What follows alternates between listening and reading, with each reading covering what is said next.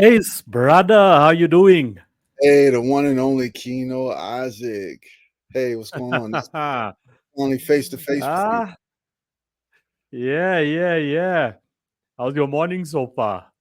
It's good, it's good. It's 9 a.m. here, so got up Yeah, a yeah, yeah, little and ate some Thanksgiving for breakfast. Ate some yeah, Thanksgiving, yeah. and Well, firstly, yeah, two things. Firstly, thank you for taking time during the holiday weekend. And secondly, I just want to give gratitude for coming on, especially since we couldn't do it the last time due to some emergencies on my end. So thanks, man. I really appreciate it. And it's a pleasure to have you on the show. hey man, it's an honor. I did some checking on you, and Yeah. I watched a few of your podcasts. You have some really really incredible guests, and Yeah. got a music show that looks like it's popping in South Africa. Like very I'm honored. trying, man. Yeah, I'm trying, man.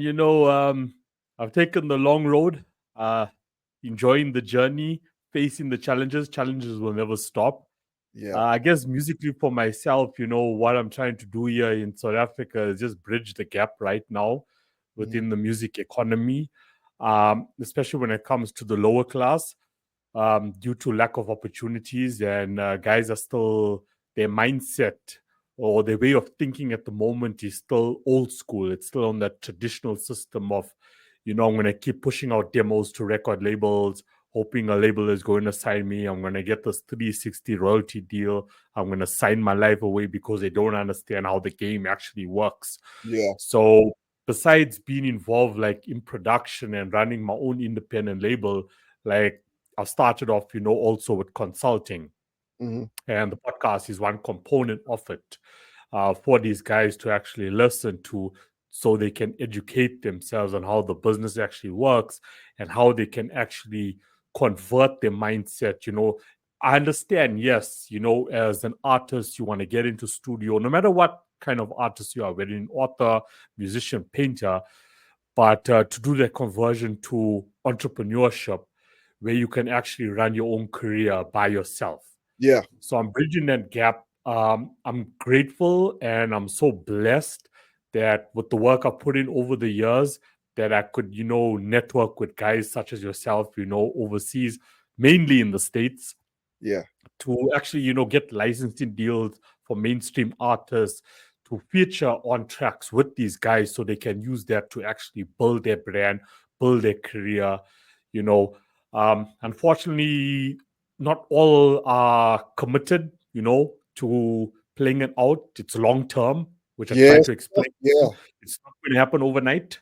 Right. You have to put in the work.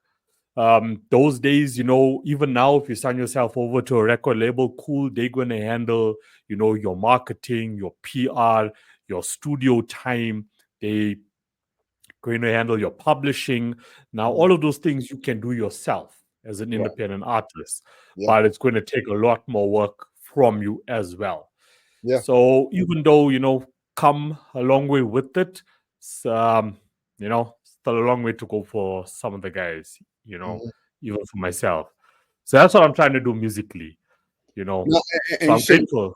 you're consulting. So I know. All right. So I heard you say on one of your podcasts that you have more fans abroad than home, and Yeah, that happens with yeah, so many musicians. So yeah, is yeah. are you also consulting or producing other artists as well too? Yeah, locally, yeah, That's locally. So I got a team. We have our challenges. Whatever funds do come in from what we do, we put it back in because the game just keeps changing each and every single day. The world is moving at such a fast mm, pace at the yeah, moment. yeah, You know what I mean? Like I can sit down today and okay, cool. I've caught up on something new that that we can actually implement within our own business model. Tomorrow morning I wake up, something else is happening. That's a yeah, digital era we're living in now. And what's happening with AI at the moment and keeping that balance. Um, so yeah. So the consulting, it's just I would say, yeah, plus minus about a year now. Okay. Like for me, I started off DJing first. DJing or music was always a passion in my life, Yeah. and I loved to DJ. But somewhere deep down, I knew there was always like a bigger purpose, to it. Like being in the DJ scene as a professional, I could see the wrong that was happening, Mm. and I wanted to fix those issues Yeah. locally. Yeah. Yeah. I wanted to fix those issues locally. And, whoever stood with me at the time, cool, no problem. But bulk of the industry, especially in the independent space right now, it's just that mindset at the moment. Hmm. It's that mindset. It's that willingness. Yeah. Like I can educate you, I can direct you, I can set you up. I can fix whatever issues may be happening within your career at the moment or within your label at the moment, or even as far as like legalities is concerned. I'm not a qualified attorney, but I've educated myself on entertainment law, so I can Yeah. guide you with those things. And even though I guide other people as a consultant, I also got my own coaches. Right. We all need coaches, no matter how far up the ladder we actually go, we all have coaches. So, as I learn, I try to implement. But, as the saying goes, you can take the horse to the water, to the stream, but you can't force it to drink it, Right. Yeah. you know. So a lot of guys still give up on themselves too early. But I had a very interesting conversation. This is the This is the first week of the podcast. We have had 4 episodes in 1 week, Ah, man. including you. Kudos. Yeah, Kudos to you. like 4 Kudos. in 1 week. Uh, so the guest I had on Wednesday, she actually, while educating listeners, like a spark also went off in my head because she was talking about how, you know, sometimes we live in a fantasy world, Yeah. sometimes, and one component, you have to decide for yourself, like, because you sometimes in life you see some things are working out for you and some things aren't working out for you, and then you take Right. it to yourself like, it's bad luck, and then there's like a decline in self-esteem and the belief is gone. But maybe your heart subconsciously, like, it's for focusing on what you're really passionate about. Right. So maybe Exactly.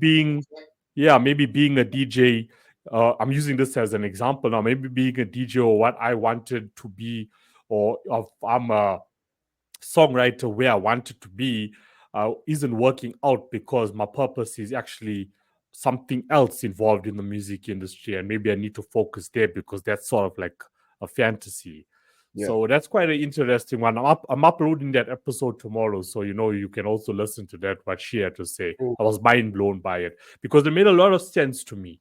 It made a lot of sense to me, like when I was explaining my personal story, like uh, why I went independent from day one, and I should see other DJs like, getting the gigs that I wanted to get because I knew, like, I was just as good as they were.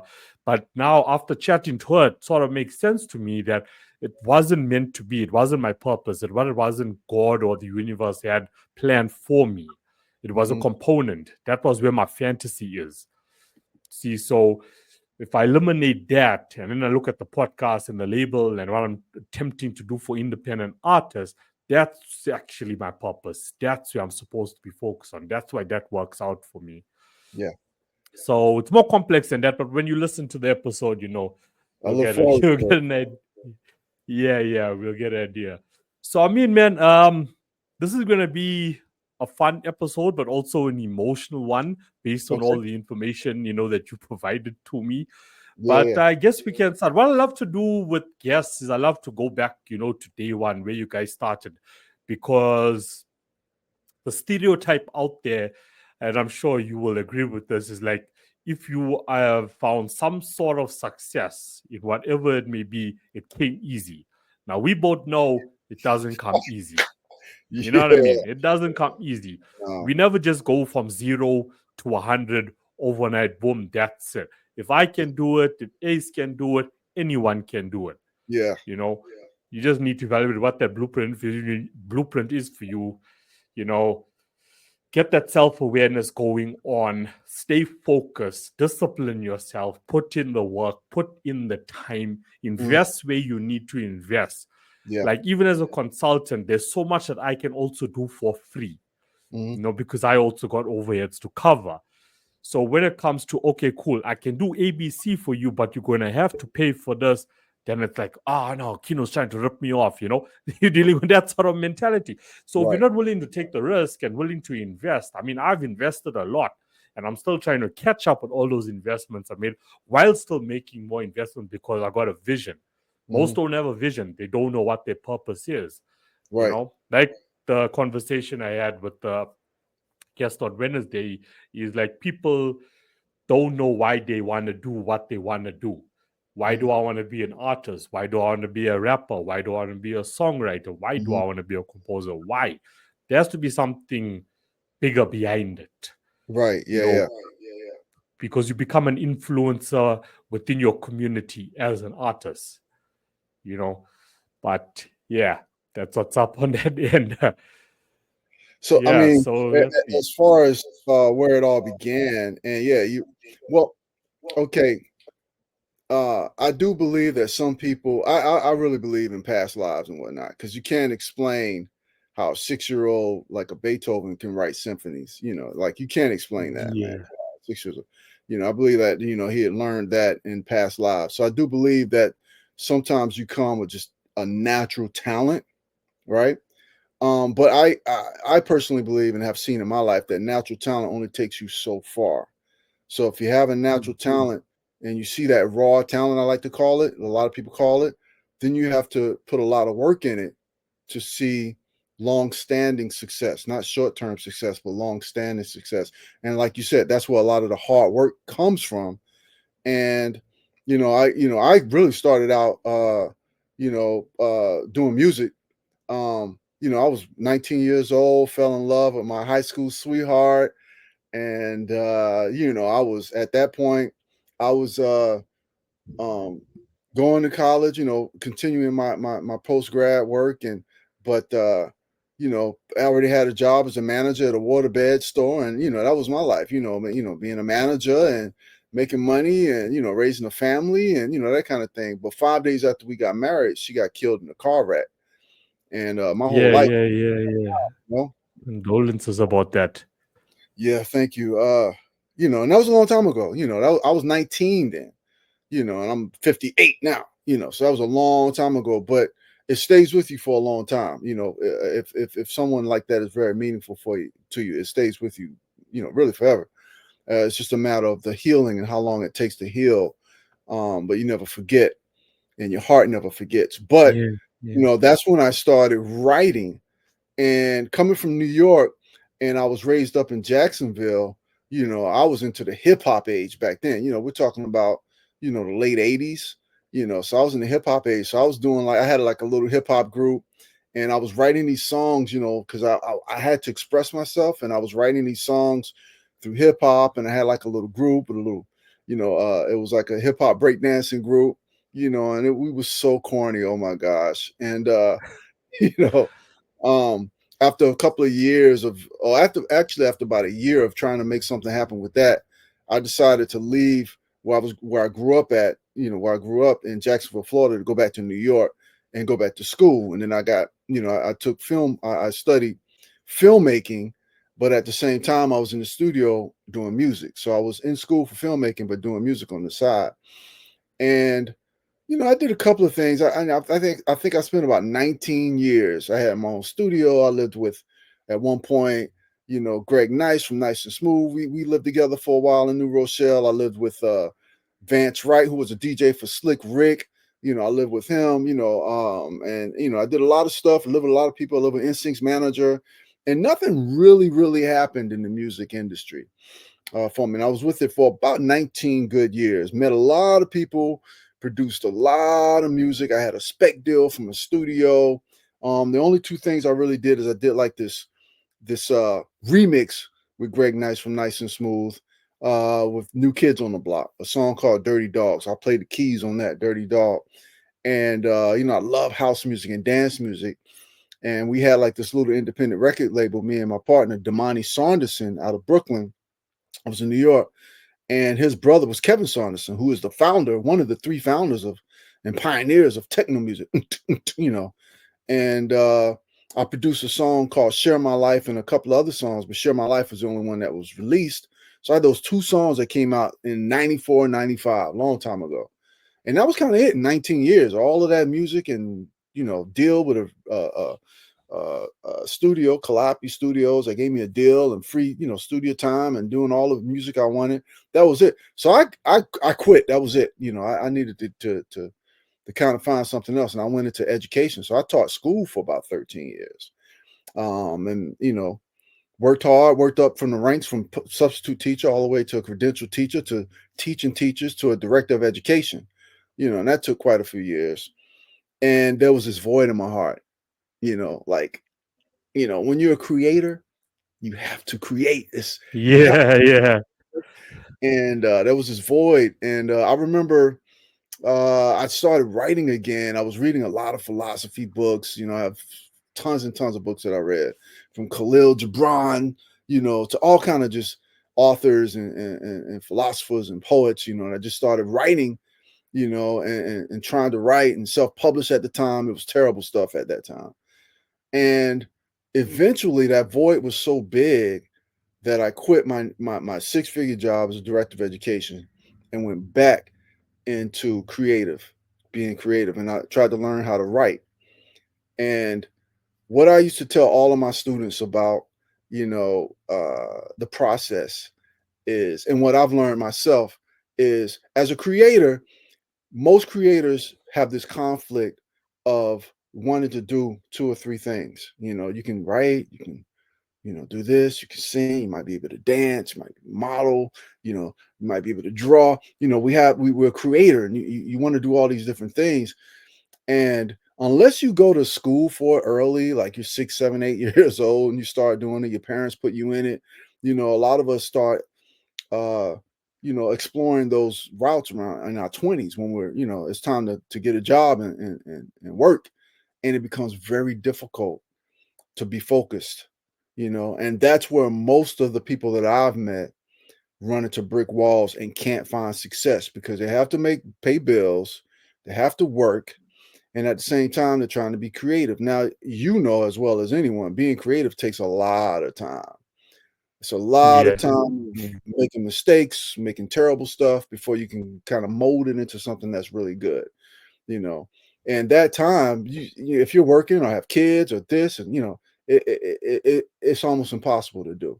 So staying focused is like, kind of alien to a lot of people. Like, how can I stay focused? I got to, do this and do that, it's hard to stay focused, and you got to sleep and you got to eat, So what I learned was it takes about 7 to 12 years to be a master, to master something. And to most people, like 20 years old, in today's world, we want to go fast. We want to get on AI and do it quick. We want to, how can I get, oh, Yeah. oh, you have a deal with so-and-so? Hook me up, man. It's like they don't want to do the work. They just want to get there now. And it works for a lot of people. They get there now, but, they don't have that substantial, core talent that makes them last forever, So 7 to 12 years, it takes to do something. It took me about 7 years when I started writing and writing and writing and writing before I sold my first book, and it took about, I think it was around 12 to 13 years before I won the Bram Stoker, which is the biggest, most esteemed literary award for horror writers in the world. It's like an Academy Award for actors, or a Grammy for musicians, but Yeah. it's like worldwide. It's not just, in one area, it's worldwide. And it took about 12 years maybe before I really got that down and could accomplish that. But what I used to tell my students all the time was, you have to look at some of the greats. Like, I used to use Michelangelo, all the time. Like, to paint the Sistine Chapel, if you've ever gone to any, amazing church or any amazing museum, and you looked up and you saw a ceiling that was painted, the passion, the hard work, the persistence, the consistency that it takes, and the work ethic that it takes to get that done. There's only one word I can really use that people can really to understand. You have to be insane for your passion. You have to be so insane for your passion that when other people are ready to quit or take a break or play some PlayStation or go outside and play ball or watch some TV, you're still working. You're still working. And that OCD-ness, that obsessiveness, that insaneness for your passion, I think is what takes you to the next level. And if you don't have that, like you, as much as some people think about cupcakes or getting that donut or getting that cup of coffee, you're thinking about your creativity and you're just sticking with that. You can't do with two or three things at one time. Just that one thing. If you don't do that, then your road is a lot more difficult. But if you do that, you know, you will see in time you can manifest, what you want. And I've learned that manifest, I think it, in Latin terms, it means to create a party with your hands, right? So, or in other terms, to to mold a creation, to manifest, to create. Manny, I think, means to create, and fest is party. To mold or create something with your heart, right? So your heart is the passion part, with your heart, not your mindset, like I want to make money, but your heart, like I love this. Oh, I Yeah, can't. yeah, yeah. Oh, I got. Oh, I. To create and manifest something, to create a party. A party means like this big celebration. So after you create it, it's this magnificent, celebration of your creativity that came from your heart. In order to manifest something, I believe, you really, like you said, you got to stay focused. You got to be consistent and you got to put a lot of hard work in it. So that's what I did to accomplish finally, my writing career. And once I got to that level, I said, okay, maybe I can bounce back to music. Now I understand what it takes, to be, passionate about something. And then that's what I did. So that was like a very, very 5 minute, 7 minute explanation of your question of how I started and how I got to where I am now, where over 300 radio stations are playing my independent music. Which if you're a Taylor Nice. Swiftie fan, thank you. If you're a Swiftie fan, you're like, oh, that's nothing. 8 million stations play Taylor Swift. But if you're an independent artist and over 300 radio stations around the world playing your music, you're like, I'm very, very, very happy about that, because a lot of my friends are into the streaming, which is great. But streaming doesn't really pay as well, as you can hear, like artists like Snoop Yep. Dogg complain about. Doesn't pay the bills. 1 million streams, you Yeah. get like peanuts. But radio play, you know, which is very hard. Radio play is something that is a whole different ball game. So yeah, that's kind of the beginning to how I got to where I am now. A lot of hard work. Yeah. But you see, I mean, this is once again, for the listeners, how long it actually takes. You have to be driven by passion. If you're not driven by passion, you're not going to get the focus. You're not going to get the discipline. You're not going to get the consistency because you're not passionate about what you're doing. Right. I recall back in the day before COVID, so we used to host events. And now, recently, over the last 2 months, I'm getting back into events as well. And I should give, so like what I told you at the start, like when I came into the DJ scene as a professional, I Yeah. could see the wrong that was happening. I Mhm. could see like there was a clang of DJs, locally who will stick together and they will always book each other, whoever was hosting that specific event. So the DJs outside that circle were never getting the opportunities. So my friends and I decided, okay, cool, we're going to do it by ourselves. We went to one of the biggest clubs in Johannesburg, South Africa. They accepted our proposal. We got in. Yes, we did have radio DJs who would come on specific dates if it wasn't a big event to be the headliner, and that was PR purposes, to Mhm. bring in a radio DJ. Honestly speaking, um, there was a time where it did have effect. Now in 2024, it doesn't have that much of an effect. The industry is changing.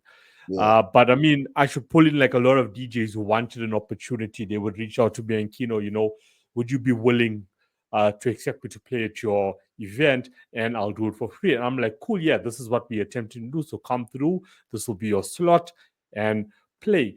And forward wind couple of years now or to 2024, when I look online and I see the same DJs that are given or I gave an opportunity to, they not doing it anymore. So in my mind, at the time, and it's not all of them, but at the time you were doing it for the wrong reasons. It wasn't Mhm. driven by passion. It was driven by the lifestyle a DJ can have or an artist can have. And that's Yeah, what gets to people this day.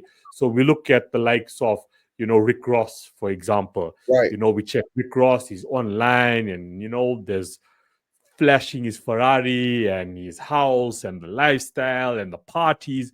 And we want that. And we want to take shortcuts to actually get there.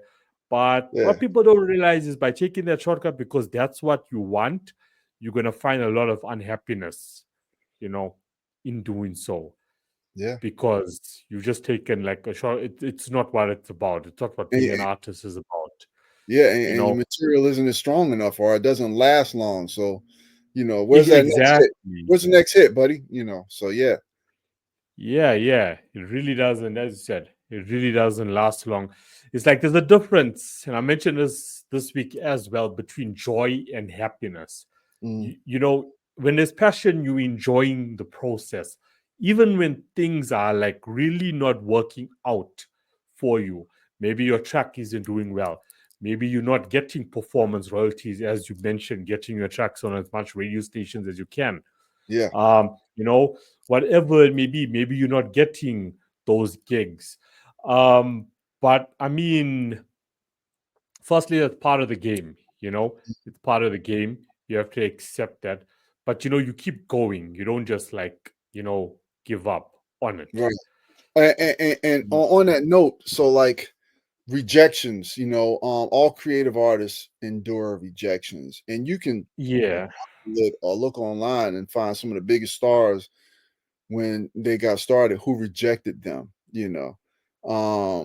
in sports and music, from Michael Jordan saying, his high school coach, cut him.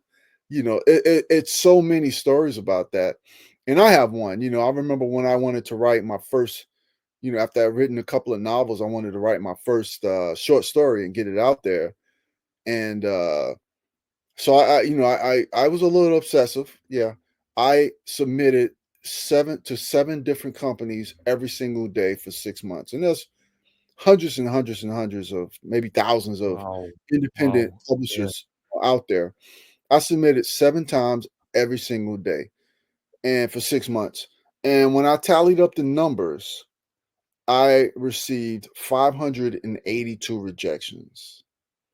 I hear people get Right. deterred after 5 rejections, 6 rejections. Oh, I'm nothing. I got 582 rejections, right? But out of that 582 rejections, I got 18 yeses. Yeah. So about a year and a half time, I was able to publish 18 short stories.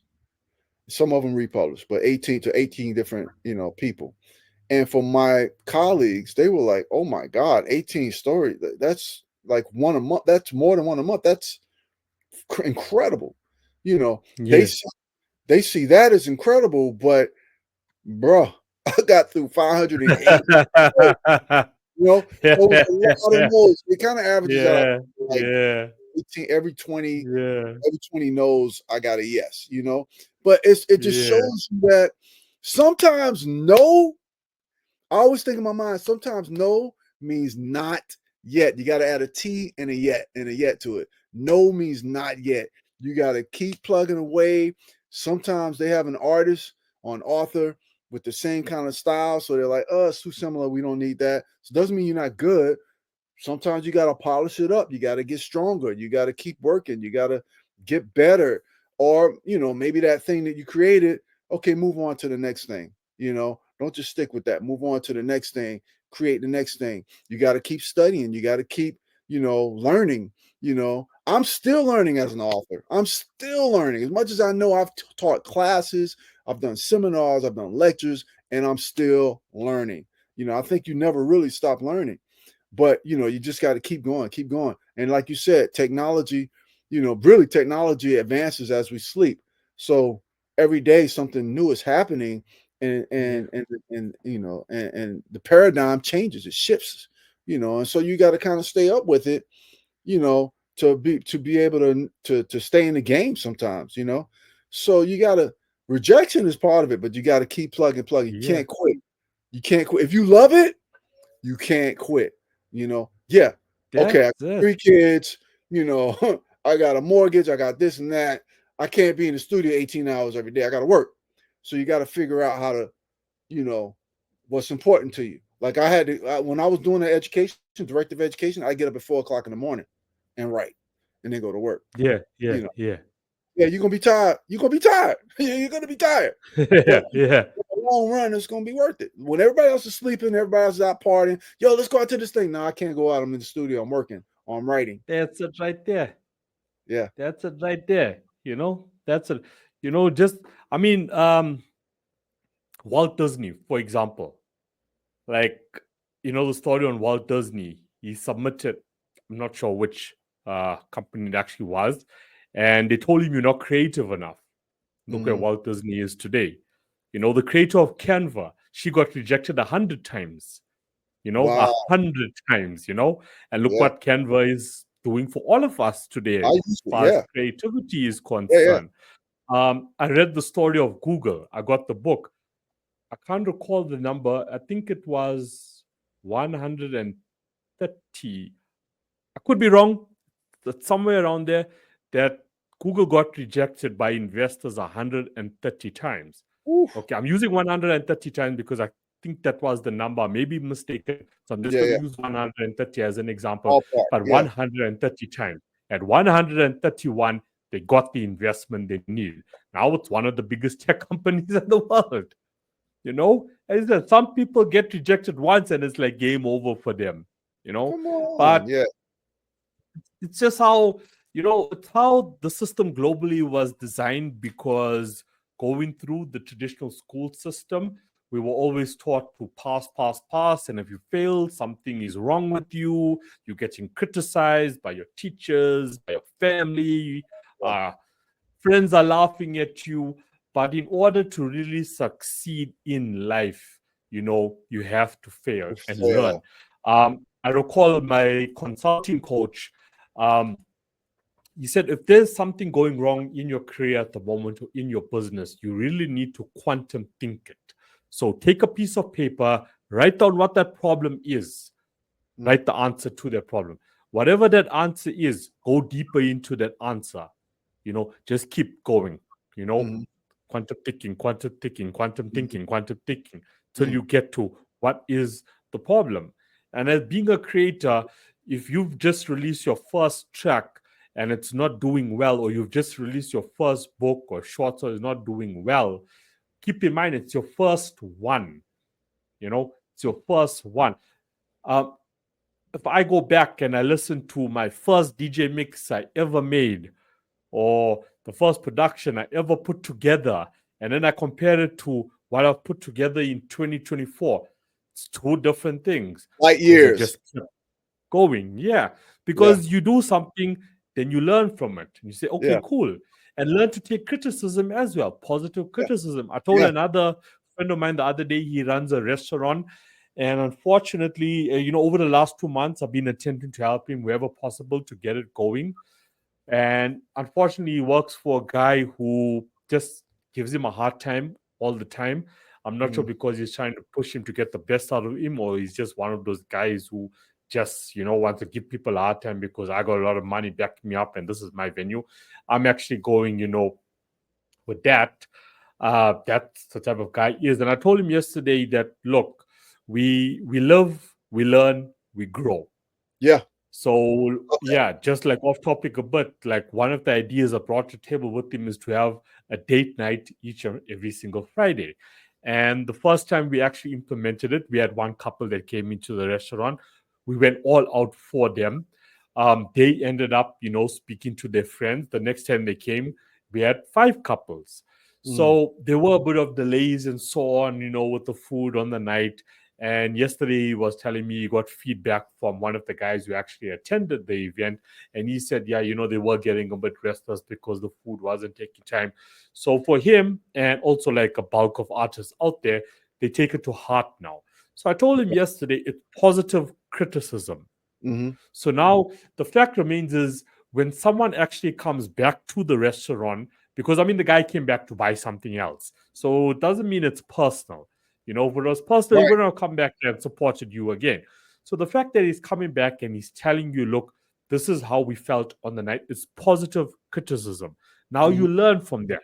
So what Yeah. you do on date night now is you take pre-orders. So if this is your menu for date night, you tell the customer by Thursday, 5 p.m., please place your order from these three items. So you start preparing those items Mhm. earlier on instead of having people wait for the food.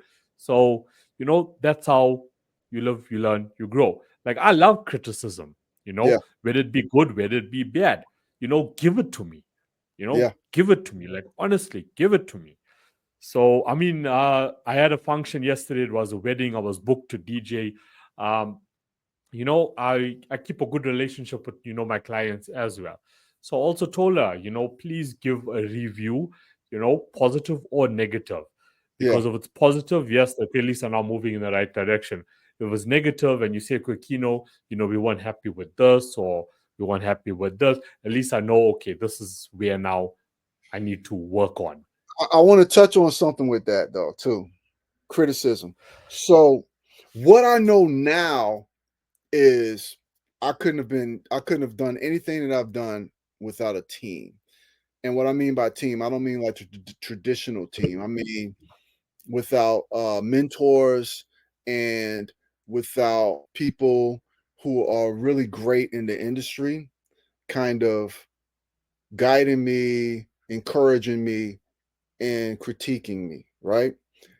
There's a difference though. When I first started, I would be critiqued musically and like if you got music, you let your friends hear this or that. It's a different critique when a friend hears something than when a professional hears something. Completely different Mm. critique, you know. And I remember when I first started, I used to get these critiques, and I wasn't grounded. I didn't know enough I didn't have enough belief in my ability, and I wasn't as good. I wasn't good either. I didn't have enough belief in my ability to know that what I was doing was purposeful. Like I did it for this reason. So when people had critiques about it, I was all over the place because I was listening to people who didn't really understand or have a foundation of what I was doing, or they didn't have a foundation or a solid, career in that field to really critique me anyway, for me to listen to them. Right. So I was able Yeah, to yeah, discern who to really listen to when they critique me. You know, if you are a house music technician or DJ and someone who does hip hop critiques you, come on. You can't, like you don't even do house music. What are you talking about? yeah, You yeah, can't, yeah, yeah, you know what I mean? Like, thank you, man. I appreciate that. Thank you. You're humble. You yeah, take it as humility, but they don't. That's not even in their wheelhouse. So you can't really put weight to that criticism. So, but it takes time to be able to get to that point because when I first started, I wasn't good, you know. And then the second part of that is um, when you have mentors, like a lot of people want to get put on, like you said, as a shortcut. But in Hollywood, where I live at, in this LA area, people might like what you do, but they're not going to vouch for you if one, they can't make money off of it or they don't gain anything from it, right? And two, if you're not good. So you one of the things that I've learned is you have to build relationships. So building relationships is also part of the road to success. You build yeah, relationships with yeah, different people, and different levels of the game. And, this is how you also grow and become successful by building relationships and building a team. But if you're not good, it doesn't matter if you build a good relationship. Case in point, when I first started, I built a relationship with a literary agent. I wined and dined her thinking that that was the way to go, and we were so great friends. And I wrote my first book and gave it to her, and it was trash. It was so bad. You know? yeah, And when you first start, you think it's the bomb. Like, this is the best thing ever. This is great, when you first start, because you yeah, have yeah, yeah, in your own self, you know.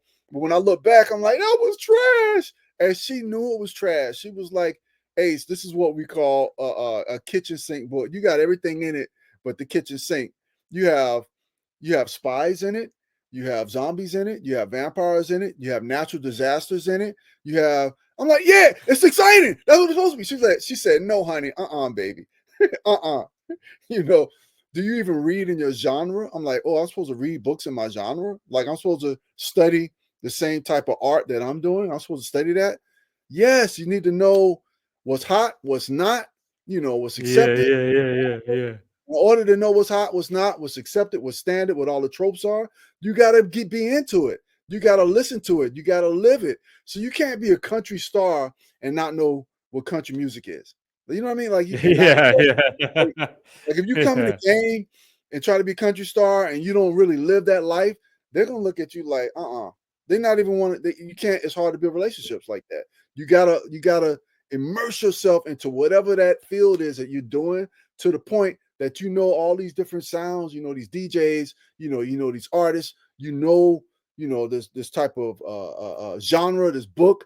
You know these authors. If you don't do that, you're not putting in the work. So that's another part of putting in the work. So the criticism is good. And I gotta tell you, I love criticism, but it's like a love-hate relationship because whenever my editors get my book, any editor, because once you sign to a publisher, the first thing is you meet the editor, and the editor goes over your work, and they tell you this, and that, you know, and this is wrong, this is wrong, this is wrong.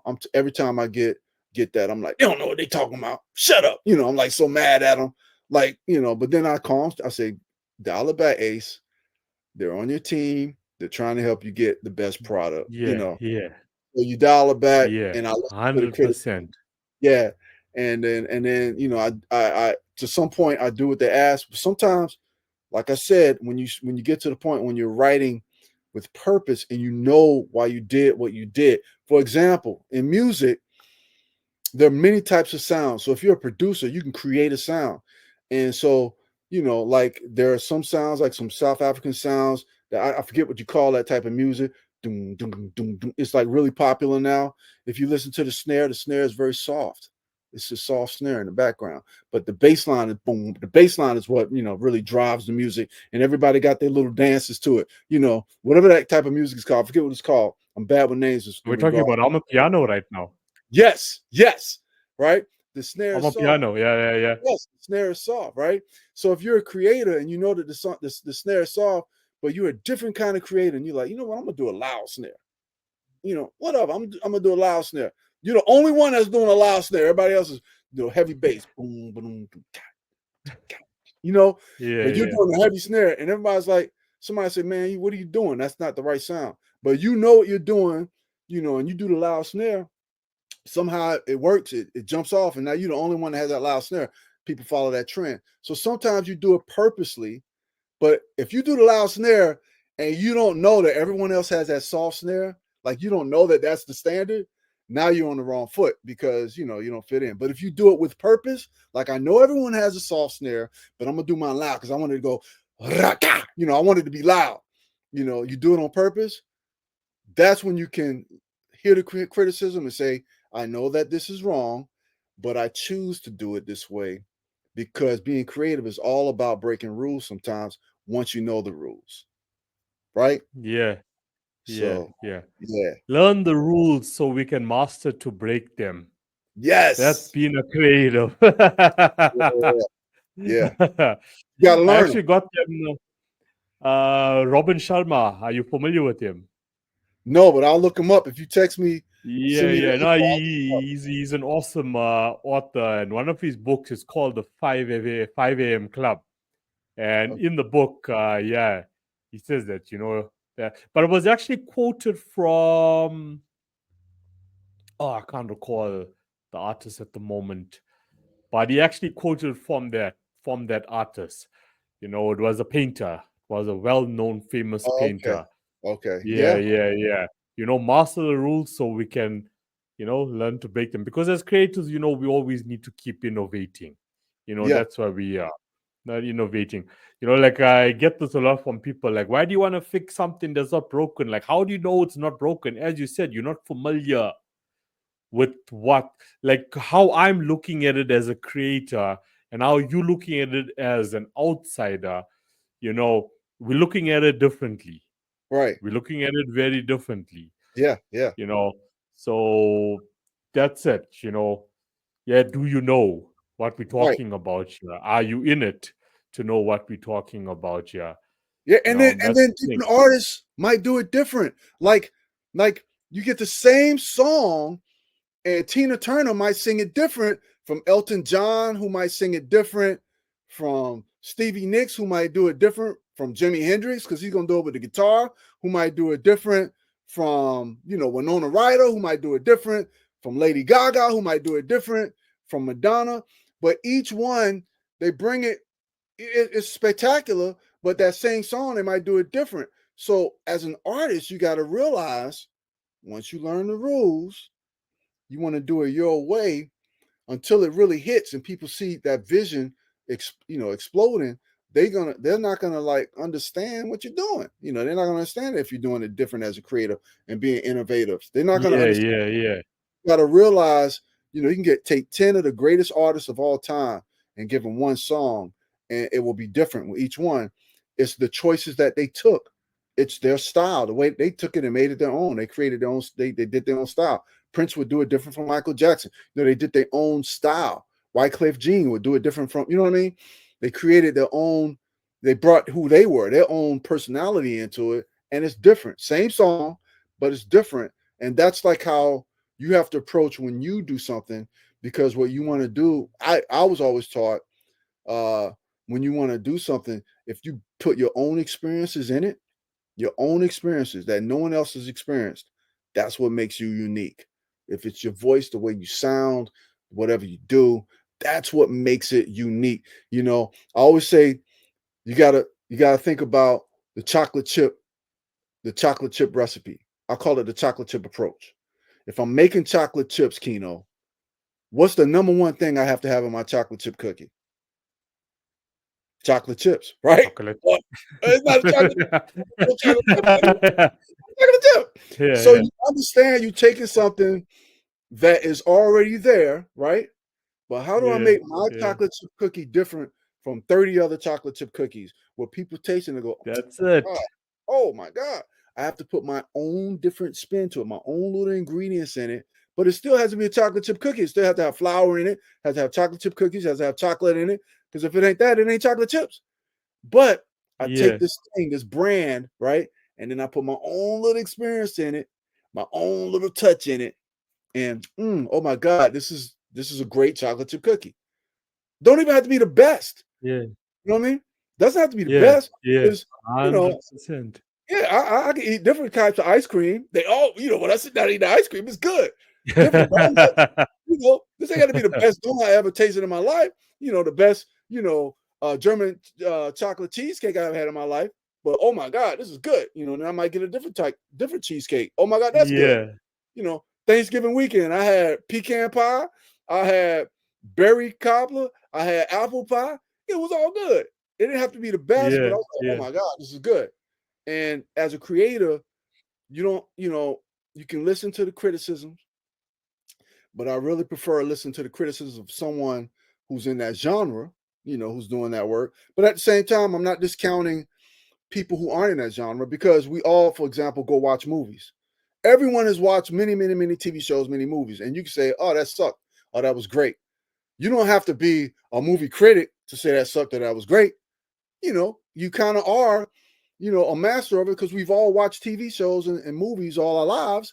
So when you go watch something and it's boring to you, you know. So I still take to heed the opinions and the criticisms of people who aren't in the genre, but at the same time, I work with purpose, and I know that I put this particular ingredient in this chocolate chip cookie that is similar but different, to give it a different taste, on purpose, for you to say, "Oh, okay, this is a little different, but man, I like it." So mm. yeah, You we you in the have same, to you have to find your own signature.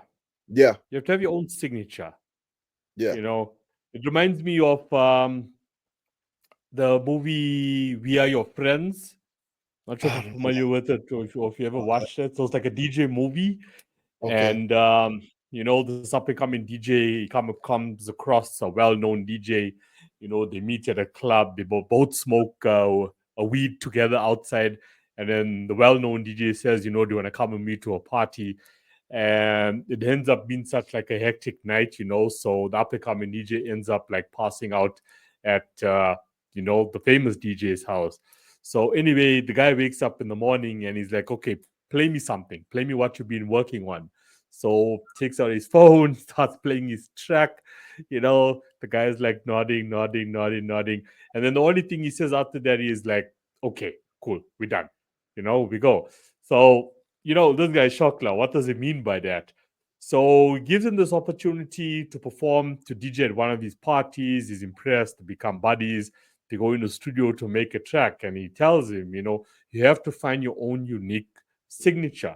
Like Yeah. if I take this book and and I just make this sound and I record this sound, it's something that you won't expect coming there. Record that and put it. And Yeah. at the end of the movie, he ends up using all these different voice notes and different, like one of his friends was like playing with coins, so he recorded and then he just Oh, implemented it into the whole composition. And it was hot. It yeah. was hot. So he was starting to find like his own signature, Yeah. Yeah.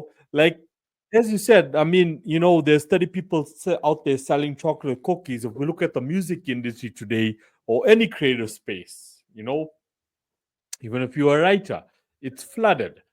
I Yeah. mean, Spotify each and every single day is uploading millions of songs, and there's already millions of songs out there.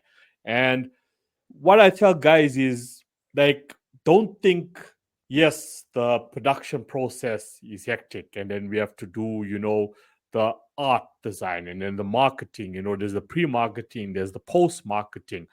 But keep in mind that if you consider that to be the hard part, then you don't understand how this all works right now. Yeah. But we're gonna get there. You're gonna learn for yourself. Because all I'm doing at the end as a distributor and a publisher as well is I'm taking your track and I'm putting it into the biggest music library in the world, Spotify, Apple, YouTube. All they doing is they taking your track and they putting it on shelf 20, row 12, A, B, whatever. That's Yeah. all they're doing.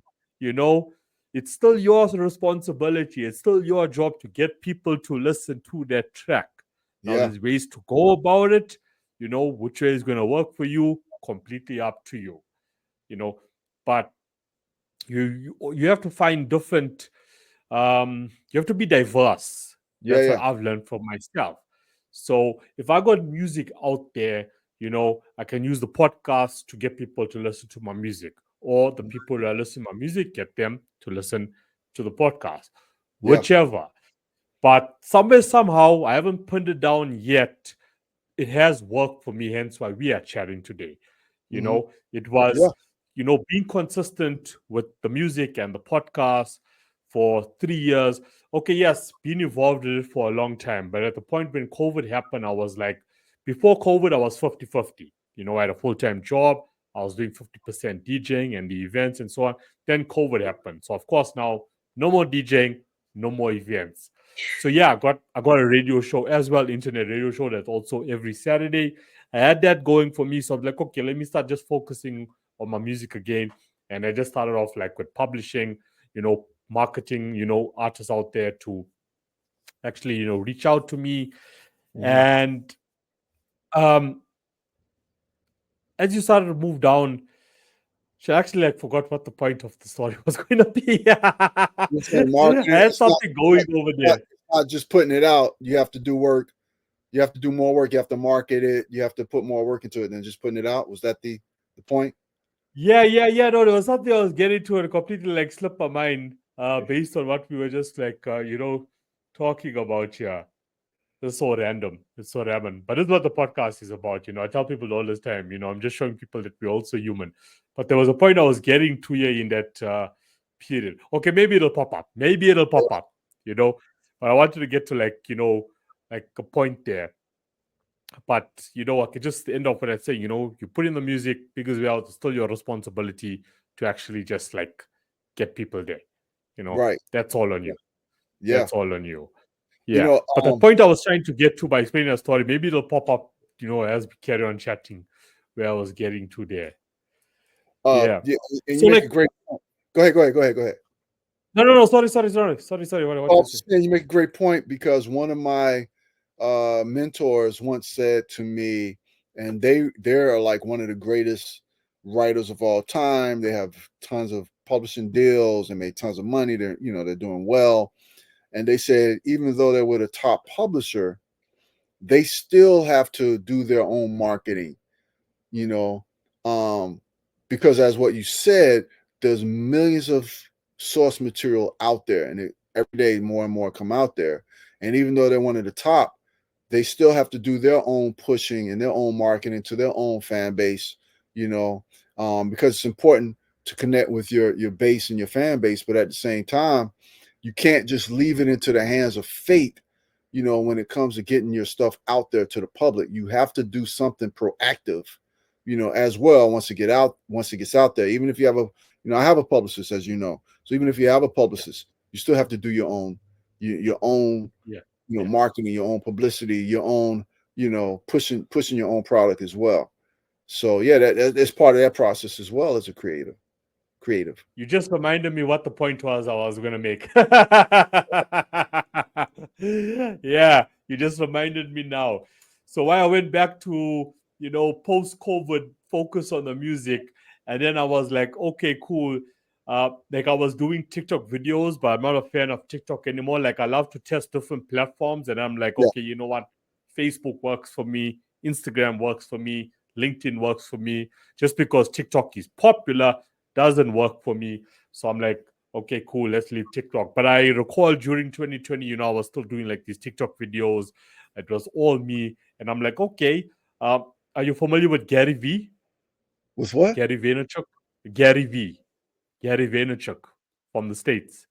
What does he do? Like he's like the top dog when it comes to social marketing. So during COVID, I came across him and started listening to his video, not listening, watching his videos at the time, not really listening to the podcast. And he had this throughout the COVID period called Tea with Gary V. And then he started talking about podcasting. Then I Got it. ordered his book. And then the last chapter in his book was podcasting.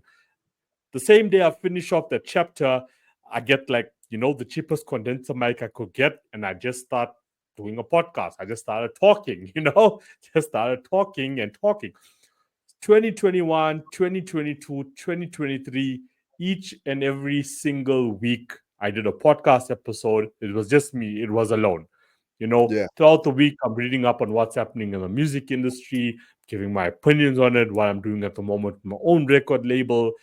But it took me that long doing the podcast alone Mm-hmm.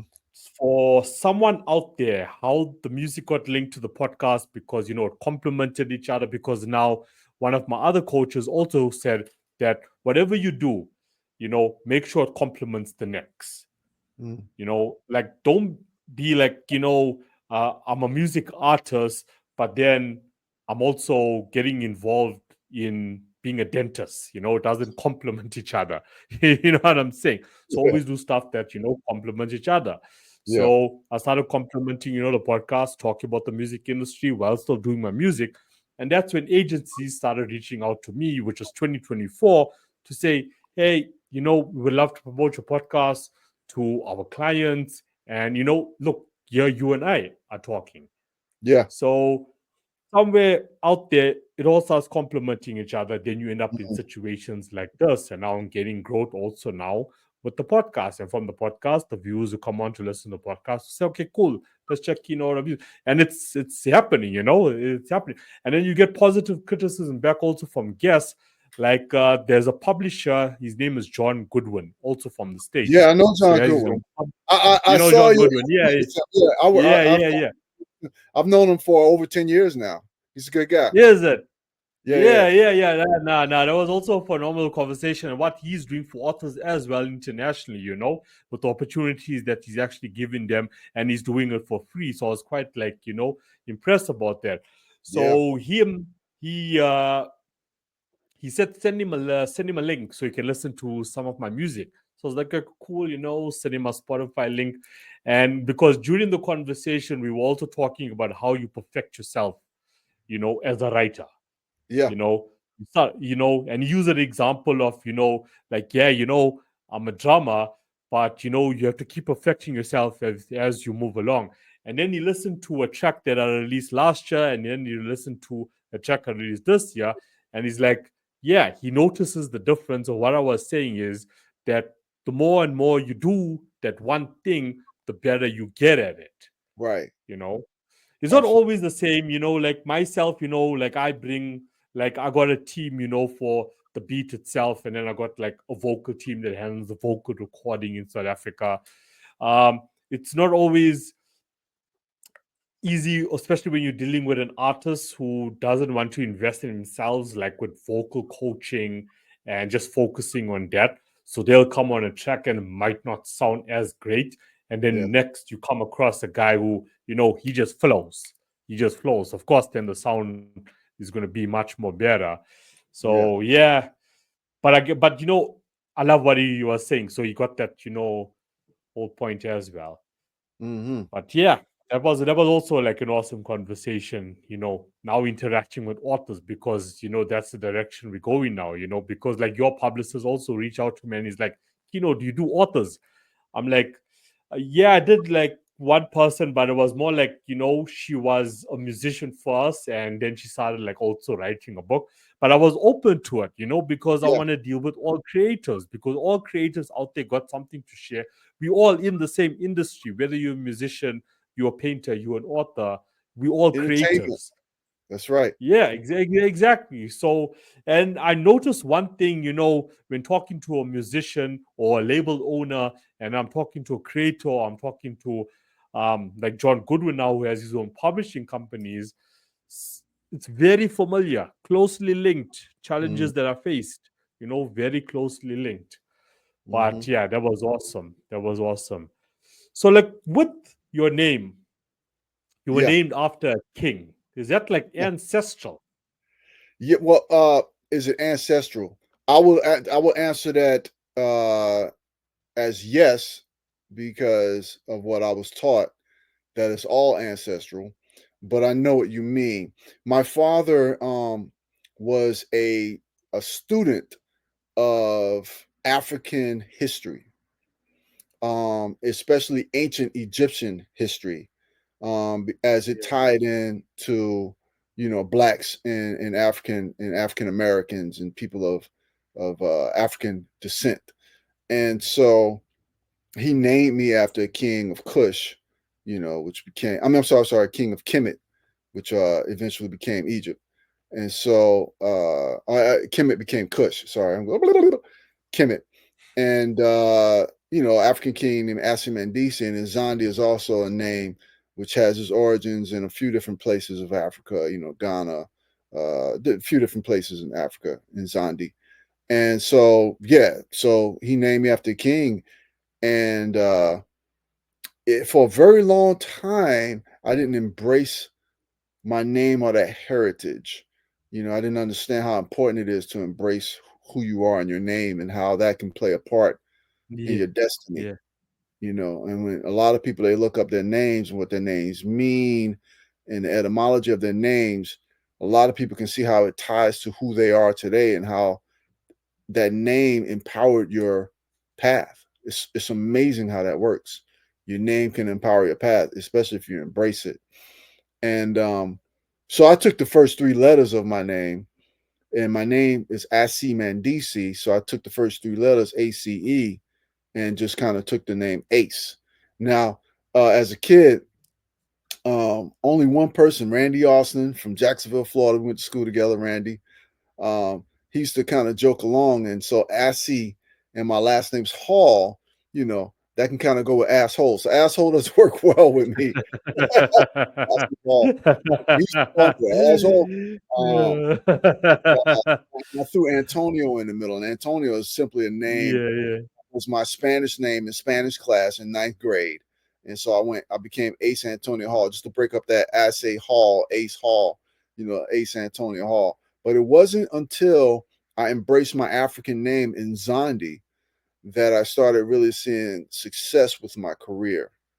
So that's amazing. I had a friend that used to tell me, Derica Blackman, a really, really good friend of mine, pastor, Reverend Derica Blackman out of Oakland. She used to tell me, once you embrace your name and who you are, you know, that blackness and that hip hop with, you know, a little bit of that sophistication from having a grandmother who taught school for 40 years, who raised you with that part of you and the hip hop part of you, the street part of you, and the sophisticated. Once you kind of just embrace all of that of who you are, watch what happens. And I was like, yeah, but you know, I don't want to face racial prejudice by having the name of Nzondi. I'm just gonna go with Ace. And she was right, because one Yeah, time yeah, things started happening. Isn't that something? So yeah, yeah. Mm, mm. thanks for asking. Yeah, I've embracing that and actually going into your ancestral past is so important. Yeah. You know, I was also a failure of that. Um, and I started the spiritual journey over, it's been about, yeah, I could say, you know, plus minus ball figure, like 2 years now. I'll be going down this journey. You Mm-hmm. know, I never focused on that. I never focused on, you know, within my praise itself, you know, to actually talk and communicate with my ancestors. Mm-hmm. I guess, you know, I was raised a Catholic, and yes, you know, I still have respect for my religion. I still Mm-hmm. question a lot of things. I don't go to church as much as I used to before COVID, because I just feel like I was sitting in a room full of hypocrites. You know, Mm-hmm. gonna be open about that. I know we're not here for those topics, but you know, and I just realized that, especially during the last 4 years, um, like there was something missing. You Yeah. know, there was just something missing. You know, and you would get these signs or messages, but you know, I would just take it as, you know what, oh, whatever. You know, just something. You know, and then one of my friends who I met, you know, just after COVID hit, you know, he's like hectically into spirituality and, you Mm-hmm. know, communicating with his ancestors and so on. And he said, you know what, I want to take you to meet someone. And then he took me to actually meet um, a spiritual, not sure what do we call them? Like, Like a guru or a spiritual like a guru or guru. Um, I just like a priest, but like a spiritual. I don't want to yeah, use the term priest, but like, you know, he's actually involved like in spirituality, and you know, yeah, and yeah. that's when I started my process. You know, like he did his thing, he looked into things for me, and it made like a lot of sense. You Mm-hmm. know, and then I just like started, you know, going down that path, because I feel like within our DNA and within our bloodline, there's something there, which is why we do what we do within our lives, which Mm-hmm. brings that purpose. Mm-hmm. Um, and it's been going well. You know, it's let's just say it's brought like a lot more clarity to my life. Mm-hmm. Now, when I look at the world, you know, yes, the world is becoming more conscious as we speak. Yeah. You know, people are realizing a lot of things. People are looking at the world differently, whether you're looking at religion, whether you're looking at politics. You Mm-hmm. look at a lot of things very differently right now, you know, Mm-hmm. if you are becoming conscious in the world. And Yeah. becoming more conscious now, I notice certain things, Yeah. Yeah. and I notice that when things happen, it doesn't happen to me, it's happening for me. You Mm-hmm. know, before, when something never worked out or I failed at something, I was like, ah, no, why is this happening to me? And then I'm depressed, and then there's anxiety around it. But then quoting Winston Churchill here, I'm looking now for the blessings in disguises, Yeah. you know? So I want you to well, first, just to tap into to kind of piggyback on what you said about you were a Catholic and you know you felt like you were in a place full of hypocrites. Um, my my observation of that now is, so to give you an example, when I first moved to California, I studied with my cousin who was a Jehovah Witness, and I'm like, bro, I'm not gonna convert to Jehovah Witness, you know, I'm not doing that, but we can study together. And I came with the approach of understanding how spirituality works. So there's some upside and some downside to it. And for me in my personal life, now knowing a lot of stuff that my father told me and taught me, I'm starting to see a lot of that kind of exist in the world today, which I thought, no, come on, really? So I want to put this idea forth to you and to the listeners. Imagine if you do believe, whether you believe in a God or imagine that there was just this original consciousness, just one, this original consciousness. And the original consciousness wanted to brand out and really see itself. So it broke up into two consciousnesses, and then into more and more and more. I truly believe that our consciousness is tethered, is connected, is tied into the original consciousness, and that all of us are tethered together. But we have been taught culturally through time to disassociate from the connection through different religions, through cultural belief systems, through society, and we no longer are able to tap into that line which connects us all. It's only when someone like yourself decides to reinvest into his own self, his inner self, and his spirituality that he begins, or that she begins to learn how to tap back into that consciousness that is tied between all of us, and that one consciousness that started it all. Whether that's true or not, I realized that, and through a lot of reading and through a lot of listening to different philosophers and different spiritual gurus and spiritual people, I realized that there were people who took this religion. There had to be a beginning somewhere. And just like languages are different all over, and made it their own. And because of their own different vices, whether they were sexist, meaning this is a man's world, they leave out women, they molded that religion to reflect their own belief systems. And so you have some religions that leave out women as leaders, or leave out women as, as equal, or leave out women as important.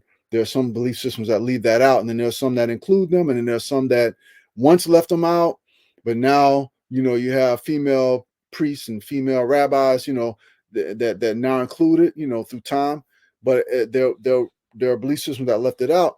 So with all of that being said, and understanding that, because I go to church almost every Sunday, but I still, when I hear my preachers preach, I sometimes can discern some of the things that he's saying from some of the things that we were taught growing up that goes against our racial truths, but that we were taught as a culture is true, and I'm being very vague on purpose because I don't want to go into that, politically, but I'm able to discern that. But the one thing that I'm able to get from that is, even though I'm sitting in a church where a lot of people around me may have a lot of problems and hypocrisy, I'm able to take that message and apply it to my own life.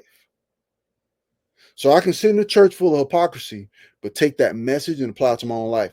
And I wasn't able to really do that until the first time I heard a preacher curse. The first time I heard, I was in my 30s. I was in my 30s. I was so naive. But the first time I heard a preacher curse, I was like, wait, preachers curse? And it made me realize that, it's cool to put them on a pedestal, but they're human too.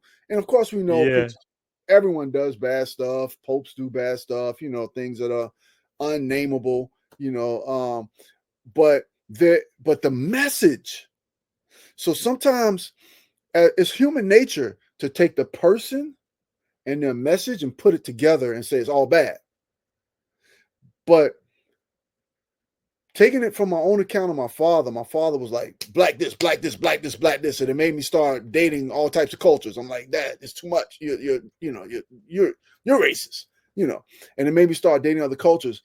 But his message The truth was in his message. So I've learned to separate the person from the message, the people from the message, because if we were all integrated, if we're all tethered by the same consciousness, right? By the original consciousness, and we can tie into that, then we start understanding that really life, I think, in general, is like waves. So right now, in different parts of the world, whether you're in Ukraine, you might be saying, this is a terrible time in life. In America, this is a bad time we're going through, But if you look through history, there have always been bad times. The Holocaust, Mm. Apartheid, there's always been, bad times where people went through travesty, through genocide, and Mm. it's a wave. They came out of that. They came out of apartheid. It's a wave. And when you look at life as understanding that it's like vibrations, that, my mother passed from COVID in 2020. And man, that was a tough time because my brother had just died a month before that. And my favorite aunt died a month after that, all from COVID, and it pretty much caught him very quickly. But now I'm still healing from that. But there's some diamonds that came out of that really tragic time of my life, out of that tough time of my life. I'm now able to take like things that my mother left me, and it's better in my life. So out of that really tough time that I went through, it was a wave. And now I'm able to see that everything that life has to have the bad and the good and the balance. They call it a trinity, and through religion, Mm. some people have thwarted the trinity and made it seem like we can't have the bad, you know. Let's use a term that we all know, like Satan. Like, we and I'm not saying I'm not a Satanist, nothing like that, but I'm saying, but we can't have the Satanism, the aspects of Satanism and the aspects, the extremism. Let's use the word extremism. The extremism of being bad and extremism of being good in the balance, and like I always use an example of what's an extremism of being bad. It's like killing someone or very harming someone, right? That's extremism of being bad. Extremism of being good is helping someone. I'm telling you right now, if if a if a burglar comes into my home with guns to hurt my kids and my wife, I'm not turning the other cheek. He gone. I'm not Yeah. gonna wait for him. I'm Yeah. not gonna wait for him. I can't be, heavenly then. I gotta react with that Yeah. extremism. Yeah. Yeah. Yeah. My kids are dead. That's not happening. You're not gonna shoot my kids or kill my wife or do some harm to my wife. No, no, no, no, no. You out. And I'm not gonna be gentle. You out, as quickly as I can take you out somehow. Home.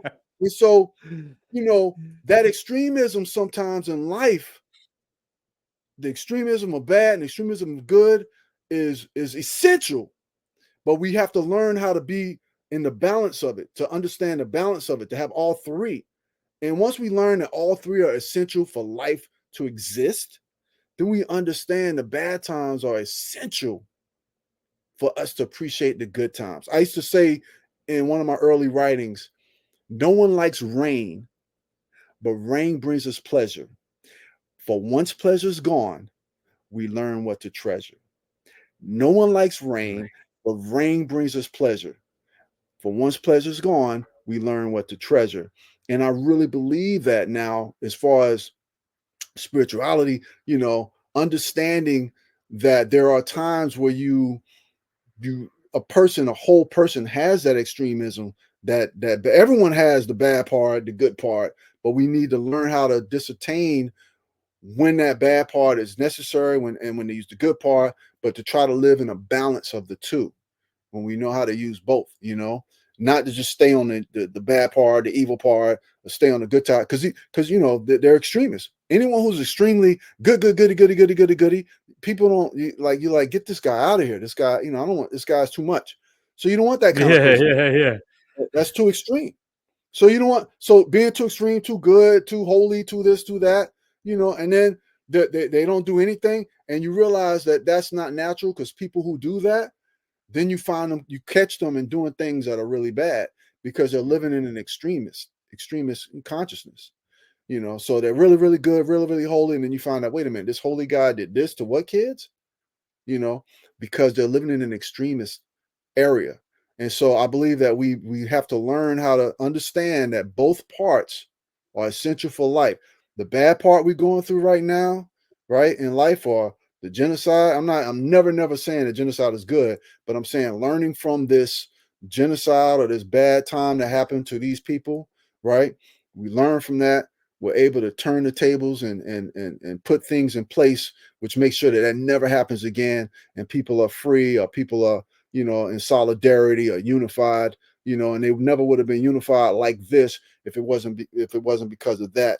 That all of these things in life are essential. So when you're going through that really, really tough time, you're going through that time where you feel like I got to take myself out, no, this is the part of life that you can get through. And once you get through it, this part of life where you feel like you just can't take it no more, you just got to keep going. And you get through that part, I guarantee you're going to go to the upside, because that's what life is all about. It's about the waves, and everyone has to go through the down part, the up part. It's just some people, we all have like mental health issues, I believe now, but some people cope with them differently than others.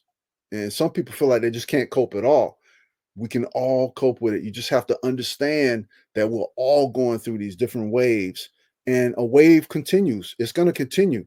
It's not going to go all the way down and stay down and go down, go down. It's going to continue. It's just how life, it's the vibration of life. Whatever, it's just once you start studying life and the consistencies of how each one of our cells is like a human organism. How is that even possible? We have trillions of cells in our bodies, and each one of our cells has a digestive system, has a brain. How is that even possible? You know, Once you learn all of these different things in life, how these symmetries and flowers and how things are all connected together, then you can kind of understand that, you know, we can get through this. I always used to tell my friends, when my first wife died, and before I had to identify her body, no one told me to do this. I don't know why I did this. I sat down in the chair. She was on a gurney with the sheet over her head in this room, and I couldn't uncover it. They had a chair there. They must have known people needed to sit down. I sat down in the chair and I said to myself 1,000 times out loud. I had to hear myself say it because I'm an audible learner.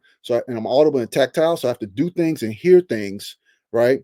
And in order for me to learn, I said to myself, I don't even know how many times, no matter what happens, I will make it. And I said it, I don't know, 10 minutes, 5 minutes. I have no idea. I was like in this whole different world. Someone close to you dies. It was 5 days after we got married. I said, no matter what happens, I will make it. No matter what happens, I will make it. And I just said it so many times and heard myself say it that I willed myself to get through that time. And yeah, it was tough. And then I pulled the covers back and just fell apart. But because I said to myself, no matter what happens, I will make it, I got through it. And now I understand why. Because we all have to go through something like that. We all have to go through something like that to reach the top of the crest again. So the Yeah, things yeah. you said to me, about consciousness, I love that, because how you tied that into, how now your life is becoming a little bit different because you're understanding, the spiritual aspects of yourself and digging deeper into yourself and becoming true to yourself. That's also essential in becoming true to your art and your creativity, because once you can do that with yourself, you can easily focus on things that are really important to you in your career. You know what I mean? Yeah, yeah, Yeah, yeah. Like what we discussed, about the guest I had the other night. It's that component, that of self-awareness. You could be also like imposter syndrome, like we touched on that as well. Like, yeah, you look at someone and say, and now I'm in a conversation with Ace, the imposter syndrome kicks in because now I want to be like Ace, you know. But then we're forgetting that, we're not supposed to be a second someone else. We're supposed to be the first us. yeah, So, what you said is like 100% true. While you were talking, something popped on in my mind. every Tuesday I host a podcast with a retired psychiatrist, also based out. Sorry, I was about to say best out, based based out in Origin, also from the States. So she was one of my first guests. When I started doing interviews on the pod, and she was like, she wants to launch her own podcast. She wants me to be on it because I explained to her like, when it comes to mental illness, which you Mhm, mentioned, mhm. like I deal a lot with the guys with up and coming independent artists psychologically because um how many mainstream artists have we seen out there that have done so well? They've performed all around the world, they made millions of dollars, but they've passed away because of substance abuse, or they're going through some traumatizing period in their life, they're having a mental breakdown. So Yeah. what I attempt to do with artists is first fix all the negative baggage that they've been carrying with them in their subconscious. Mhm. So I explained to her, like, I focus on that. Like, when an artist comes to me and wants to sign up with me to be their consultant, or a label is coming with their team, this is not a matter of us just jumping in studio and making music and let's just focus on the marketing and so on, which a lot of them think is the first step. They Mhm. like come to me, yeah, Kino, I want to sign up with you and I want to get into studio with you. Nah, man, that's not where we're starting first. That's not where we're starting. I want you to succeed, not just as a musician, but I want you to succeed in life and I want you to live your best life. I So love we're going that. to focus on you first. I'm not a qualified psychologist, but I know what I'm talking about here because I've gone through it myself. I Yeah. know where I've come from. I know Yeah. what I had to fix, you know, up here.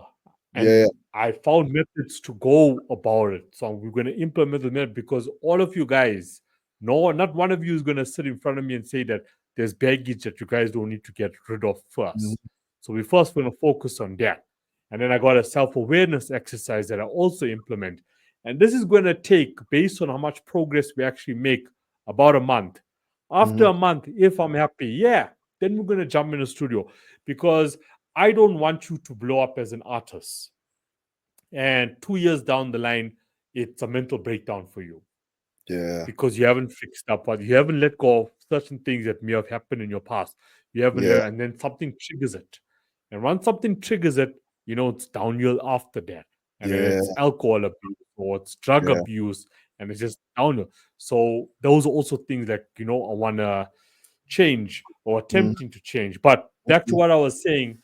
So, we started off this podcast. It's about like, I think we 6, 7 episodes in now. So it's done every Tuesday. We're having some awesome guests to come in.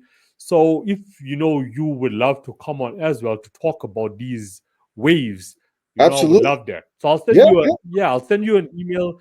You let me know. She actually keeps the schedule of the guests we have. So Yeah. I can tell her, look, okay, cool. I got someone, who I feel will fit well with what this mandate is. So she runs an organization which is called the Hold On Campaign, suicide prevention. The name of the podcast is called Talking Back to Suicide. So you can search Mm. for that as well on YouTube. You can listen to some of the episodes, we've had so on. So I would love you to come on and talk about those waves because Yeah. that's it. People need to understand that it's going to go down and it's going to go up. And Yeah. down, it's going to go up. So Yeah. yeah, so I'll send you a formal, communication about Sounds that. good. And we take it from there. So like with your books are quite diverse. And I'm a horror fan. So like one of the questions I wanted to ask you is like, why horror? Why did you want to get into horror as an author? Call- I mean, it called to me. It's not to put the light to the question, but it's almost the same kind of question as asking a baker, why is he baking? A mechanic, why does he? Um, Yeah. it's something that But called to me. if you're a good baker, I get it while you're baking. But Yeah, I've that's also true. come That's across true. baking as well, like, man, this thing don't taste nice. Why are you baking? You That's know? true. But uh, I always, my parents, well, my father and my sister Carol, they always used to watch horror movies with me. And I took a liking to it, for all types. When one of my first movies was Godzilla, my grandmother took me to see, after she took me to see the Apple Dumpling Game, Yeah, yeah, yeah, yeah, yeah. and I saw Godzilla, and so, I've always taken a liking to horror monsters and horror, and it's just in my own life, and I used to tell little horror stories to my nieces growing up, Kiki and Kendi, and it's just something that called to me, something that I just really like. But like I said, the first book I wrote was horrible, so even though I loved horror, I was not good at it, and I had to learn. That first year, she said, "You need to read your genre." I read 50 books that were horror books, 50 books and 50 shorts, between 50 books and short stories in 1 year, to really, really get into what horror really was. And then I kind of had a natural understanding of the tropes, the different things, tropes meaning the different things that were consistent, that were always done in that genre. And then I had a friend of mine, David Gerald, a fantastic author, just a wonderful author, great guy. If you ever seen the Star Trek episode Trouble with Tribbles, he wrote that. Martian Chronicles. He's just a great author. Anyway, he told me, he said, Ace, until you write 1,000,000 words, it's all practice, and that sounds like a lot, And after I wrote about 1,000,000 words, that's when I won the Bram Stoker. So it was just, part of that is writing a Million book words. where, huh, huh. 1,000,000 words. Words. And so when you look at books, most of the books that I write are about 70,000 words, per book. So 70,000. So you're talking about, a little bit more than 10 books. But in the process of writing that book, there's so many outtakes, there's so many parts that I wrote and then I erased and I took out and rewrote, so the whole process of writing and rewriting and redrafting and second draft and third draft and fourth draft and second book, you know, you get through, I don't know, 200,000 words per project for me, per project. So by the time I've written, about 1,000,000 words is when, I won the Bram Stoker. So he was right. It was all practice. He said, even if you have a New York Times bestseller, your first book, it's still all practice till you write about 1,000,000 words. Then you understand, you have a feel, you have a signature in your writing. You have a certain style after you write about 1,000,000 words. And he was right.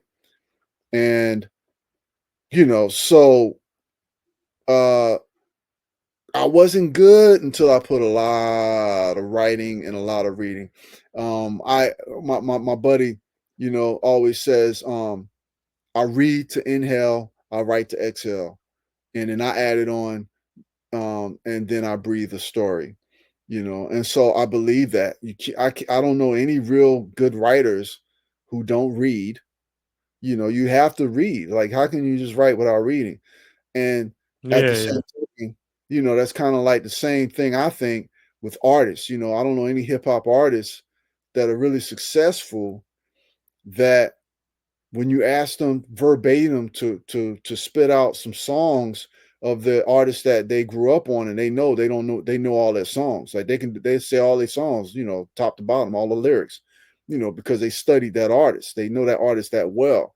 And you can't spit rhymes if you haven't like really done that a lot.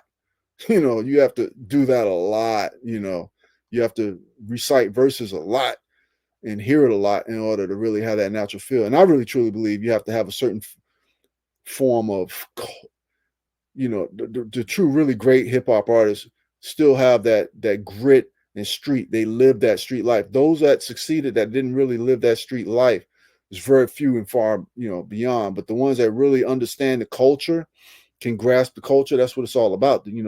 Writing poetry lyrically, with the culture of your uproots, and absorbing that and having that culture inside of your lyrics and your songs, and understanding how to do that. And of course, understanding how to put good music behind it and a good chorus or whatever. But sometimes that's the producer that helps you get that part. But I wrote 1,000,000 words, so I didn't get good. So horror was something that just kind of called to me. I loved it, and then I started doing it a lot before I got good at it. So that's why I started writing horror, and I love it. So right now, and I love science fiction just as much. So most of my stuff is like sci-fi horror with mystery, a little twang of mystery in it, because I yeah, love yeah, yeah, yeah. like the Sherlock Holmes kind of vibe. So I love that whole detective kind of vibe. So I always have that in my stories. There's a TV series that came out called Quincy Medical Examiner and he was like this forensic investigator. You know, he was this forensic guy, and whenever they called him and there was a death, you know, he'd say, no, something's wrong. It's foul play. You know, why did this person get killed? It wasn't just a natural thing. Something happened, and he would investigate it. And so I always have this kind of like forensic kind of investigation, kind of Sherlock Holmes thing with a taste of horror in it. You know, that whole creepiness and horror in it with sci-fi. All my stuff usually has that kind of vibe to it. You know, sci-fi, horror, mystery kind of vibe. All of my stuff. Yeah. So you and John Goodwin are like on the same vibe. Yeah. Yeah, same vibe. Yeah. You know, when it comes to sci-fi or any horror story, like I always say to all authors out there, like there's this fine line between fiction and non-fiction. I mean, even if you're a fan of watching like TV series or movies, you know, Yeah. there's a fine line. Like, so when it comes to like thriller, what do they say, horror? James Patterson, I'm sure you're familiar with. Of course, yeah. Like, yeah, like I love his books. Like, I love his books. You know what I mean? And when I'm reading this, I think to myself, you're like, you know, this stuff happens in real life. Yeah. You know, this stuff literally does happen in real life. Right. You know, that's my take on it. So like there's this fine line, you know, between the two, honestly speaking. If it's I done guess, right. you know, If it's done sorry? right. If it's done right, there's a fine line. Yeah. Yeah. A lot of research, you know, like a lot of Yeah. research. I mean, when I look at authors who focus on, you know, thrillers and horrors and sci-fis, like there's a lot of research that must go into it. And then like I will watch this movie and there'll be like this author in this movie, you know, going to like a, you know, a whole lot of police stations and getting information on this and this and this. And they put this book together, you know, and the person reading it might be like, you know, there's nonfiction, you know, cool, whatever. But I don't believe that, you know. You know, I just don't. Yeah. Yeah. You So know, it's a lot of there's a fine it's line. so I mean, there are authors that write totally fantastical stuff, fantasy that have nothing to do with reality, dragons, this and that. You know, I'm not really too much into the fantasy stuff. But you know, that's the other aspect of which makes it very difficult to write, because when you want to just write this story. I have so many, oh my God, I have so many friends that come to me like, I got this story, you should write for me. Bro, I ain't writing your story, you write your own. I have a million things in my mind that I'm trying to get out, and it takes years just to get one book out. And I'm not going to take yours on. I still got like 5 more books I want to write, you know.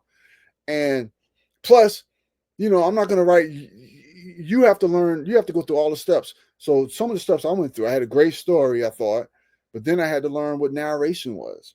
Then I had to learn how to make my characters seem more, each character different, not the same. Every person is the same character. Like, you got to make them different.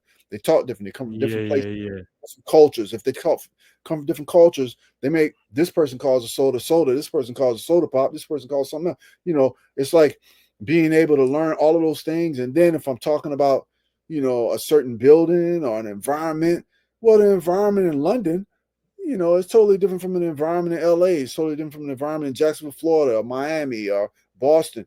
The buildings are different. The architecture is different. So you have to kind of understand that, study that, you know, not study it to the point where, you know, you're a professor in it, but study it to the point that after studying and doing an hour or 2 hours of research on it, you only use one sentence, you know, but you need that one sentence to be right, you know. Same thing with medical stuff. You know, I can't just make up medical procedures. I got to like understand, oh my God, what is this? And sometimes I'll take a whole medical procedure, and once I understand what it is, and I flip it and sci-fi it and make it totally different, I'll put it in the future, something that they couldn't have done, but it still has to be based on fiction, nonfiction, it has to be based on fact in order for it to be real. Yeah. And then sometimes I use a consultant. I remember one time, my first book, I had the stuff about viruses in it, and I sent it to one of my high school mates, and she said, Ace, this is not how viruses work. You know, and she, you know, she was an epidemiologist, and she told me how it worked, and then I was able to apply that information to make my story, you know, that part of it factual. You can't just like make up. You can make up stuff, but if you make up stuff, it has to be based on some type of reality. And so, yeah, it's a lot of research that goes into it. You know, a lot of the nonfiction goes into it, and then you just twist it and make it, you know, fictional or in the future or whatever, in the past, you know, just make it interesting. I love doing that. Yeah. I love that. Yeah. Yeah. Have you ever had as a creator where you say like you just, there's this block, you know, and something happens throughout the day, or something comes to you in your dream and you wake up and it's like, oh yeah, that's what I was missing. That's what I Yeah. need to put in.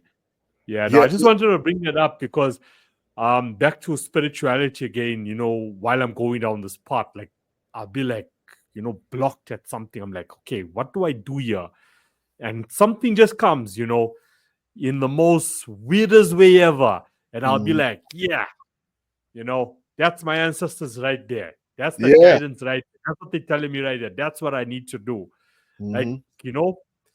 so like being a creator and spirituality for me, like just goes hand in hand, Yeah. on which direction goes. And at times you just need to follow your instinct, you Yeah. know, look all around you, listen to what the universe is telling you, listen to Yeah. what the world is telling you. It's speaking to you, you Yeah. know. So you just need to like just take it in and be like, yeah, that's what So I'm missing. Let me I'm gonna implement tell and you, do that. I'm gonna tell you a story I never said before publicly. That kind of ties into that. Um, so it was 1993, I think. 1993, and I was working in New York. Just different looking jobs. What I didn't have, I hadn't started teaching yet. It was right before I started teaching, and I got with this company. I forget the name of the company, but I was going door to door selling products. Oh my god, it was crazy. You travel in neighborhoods trying to sell corny products. It was terrible, soliciting. And no. I'm like, no. Before that, I'm sorry. This was 1990, and I got hired by Ketchum Pharmaceuticals in Brooklyn. And it was my first job before I graduated from college. It was a high paying job, my first job out of college. And I was a sales rep for a pharmaceutical company. That's right. And after my training, I had to meet with one of the representatives, and she was going to take me around and show me some different, things in different areas. And this is 1990, so it was pre cell phone. We didn't have cell phones. If we did, we didn't use them the way we did now with GPS and stuff like that. And I forgot, Kino, to get her address. I forgot to get her address. I Yeah. only knew what city she lived in. I forgot to get her address. So I didn't even realize I forgot to get her address till I was driving to meet her. Had to meet her at her house. So I'm driving to meet her. I didn't want to be late. I forgot her address. True story. Sure. I said, God, I'm opening myself up to the universe. Guide me to her house. Bro, we talking about a whole city. Guide me to her house. This is a very true story. I don't even remember her name. That was 1990. I do not know how. I found her house. Once I saw her car, I knew it was hers. In this whole giant city, I found her house and I got there on time. And I was only led by the Spirit. I opened myself up and I just let the directions take me there. I had no Yeah. directions whatsoever to get there. And I told her, she was like, oh, wow. She kind of just pushed it off, like, oh, and then we just started working. But in my mind, I was like, oh, what just happened? Like, I had no GPS system, the whole entire city, and I found her place. Okay. That happened twice to me. One time, another time. So this is about listening to your instincts and really opening yourself up to the vibrations, listening to your ancestors, tying in with consciousness. Is really tying in to yourself and how strong your physical being can be, how powerful it can be if you tap in and really open yourself up. I don't know if everyone can do this, but I know everyone has the aperture, the opportunity to do it. Everyone can do it, but I don't know how well everyone can do it, if that makes sense. The second time, was I was in California. We were in band practice with my rock band at the time called Webslinger, and the drummer was an addict. Was it the drummer or the bassist? It was the drummer. He was an addict. No, it was the drummer, and he left, and we're like, "Where the heck? Where did he go?" He left, and we thought he went to the bathroom, and we couldn't find him. So practice ended, and we went outside, and his car was still in the back, and it was open. And he had left his keys, and we're like, what the heck happened? I knew that he lived in the area, so this was a little bit different from the first time. I knew he lived in the area, but my God, it was North Hollywood. Like, that's 2 million houses, whatever. It's a lot of houses. But I knew he lived in the area, and we drove around looking for him. Now, I can't remember. I had some specific information. It wasn't the street name. I think it was the house number. I can't remember what exactly it was, but we found his house. Again, I opened myself out. It only took about less than an hour. I found his house. We knocked on his window. He came. He was high as a kite. And we said, bro, you left your keys, man. You left your keys. I put your keys with the desk, at Amp Rehearsal Studios, in North Hollywood. I gave your keys to the clerk at the desk. And he was high. I don't even know if he responded, but he eventually, I guess, came and got his keys. But we found him. We didn't. I think we had the address number, or we knew the color of the house, something like that. I can't remember exactly what it was, but we didn't have the street name, and it was a big neighborhood. We couldn't, we didn't know where he lived at, but we found him. That's the second time in my life I opened myself out. So if I can do it, Kino, you can do it. Someone else can do it. You know what I mean? Yeah. And it's really just listening. First, you got to believe. And see, people don't understand what belief means and what faith means. See, faith is belief in things unseen. So it's like it's almost like it's like a conundrum. Like, how can you believe in something unseen? That doesn't even make sense. But belief means belief only works one way, with one tense. Belief doesn't work with future tense. Belief doesn't work with past tense. Belief only works with now. So you have to believe now that Yeah. I'm Yeah. successful. Yeah. Doesn't mean Yeah. you are successful. You have to believe now that I'm successful, because I believe, and a lot of people believe, that time in the outer realm or the outer universe has no real significance. It has no significance like we have now. So time, when you say now, right, and you believe now, that power of believing now, again, going to the word manifest, create something with your hands, with your heart. That power of believing now eventually manifests into it, eventually happening. But you can't believe with doubt, because doubt means not now. You know what I mean? So doubt totally blocks out. So if you believe I'm going to be, then your reality is always in the future. And if your reality is always in the future, it never happens. See what I'm saying? I'm going to be famous. I'm going to be successful. I'm going to have a hit record. I'm going to have a New York Times bestseller. It will never happen. I mean, never say never, but you know what I mean? But if you say now I am, even if you're not, you just got to believe it. But you got to Yeah. open your Yeah. mind up. Yeah. You gotta open your whole spirituality. You got to open your whole consciousness up and say, I believe it now. I believe this. I believe this is a hit. You're not saying it is a hit. I believe this is a hit. You believe it right now. I believe I'm a New York Times bestseller. I believe, this is a Grammy, a Grammy nominated song. I believe. You got to say I believe it, and you got to really understand it is now. Faith is the belief in the things unseen, but you got to believe, and you got to believe it now. And if you, and every person is different, the timeline is different. But if you keep believing every day, and every day you say it, every single day, you begin to manifest it. And that's also the power in making things happen, is understanding belief means now. Not I will, I'm going to, but now. You know what I mean? And that's what you're doing now. That's what you're doing when you look inside yourself and you're listening to your ancestors now. You're listening Yeah. to Yeah. Yeah. vibrations of now. You're listening to if there is a parallel self. who's experienced that. You're tethering into that parallel self in a parallel universe that already experienced that. You're tethering into how he did it, and you're grabbing that energy and manifesting it into your now. It's powerful Yeah. stuff, man. It's kind of Yeah. cuckoo, but it's some powerful stuff that can happen.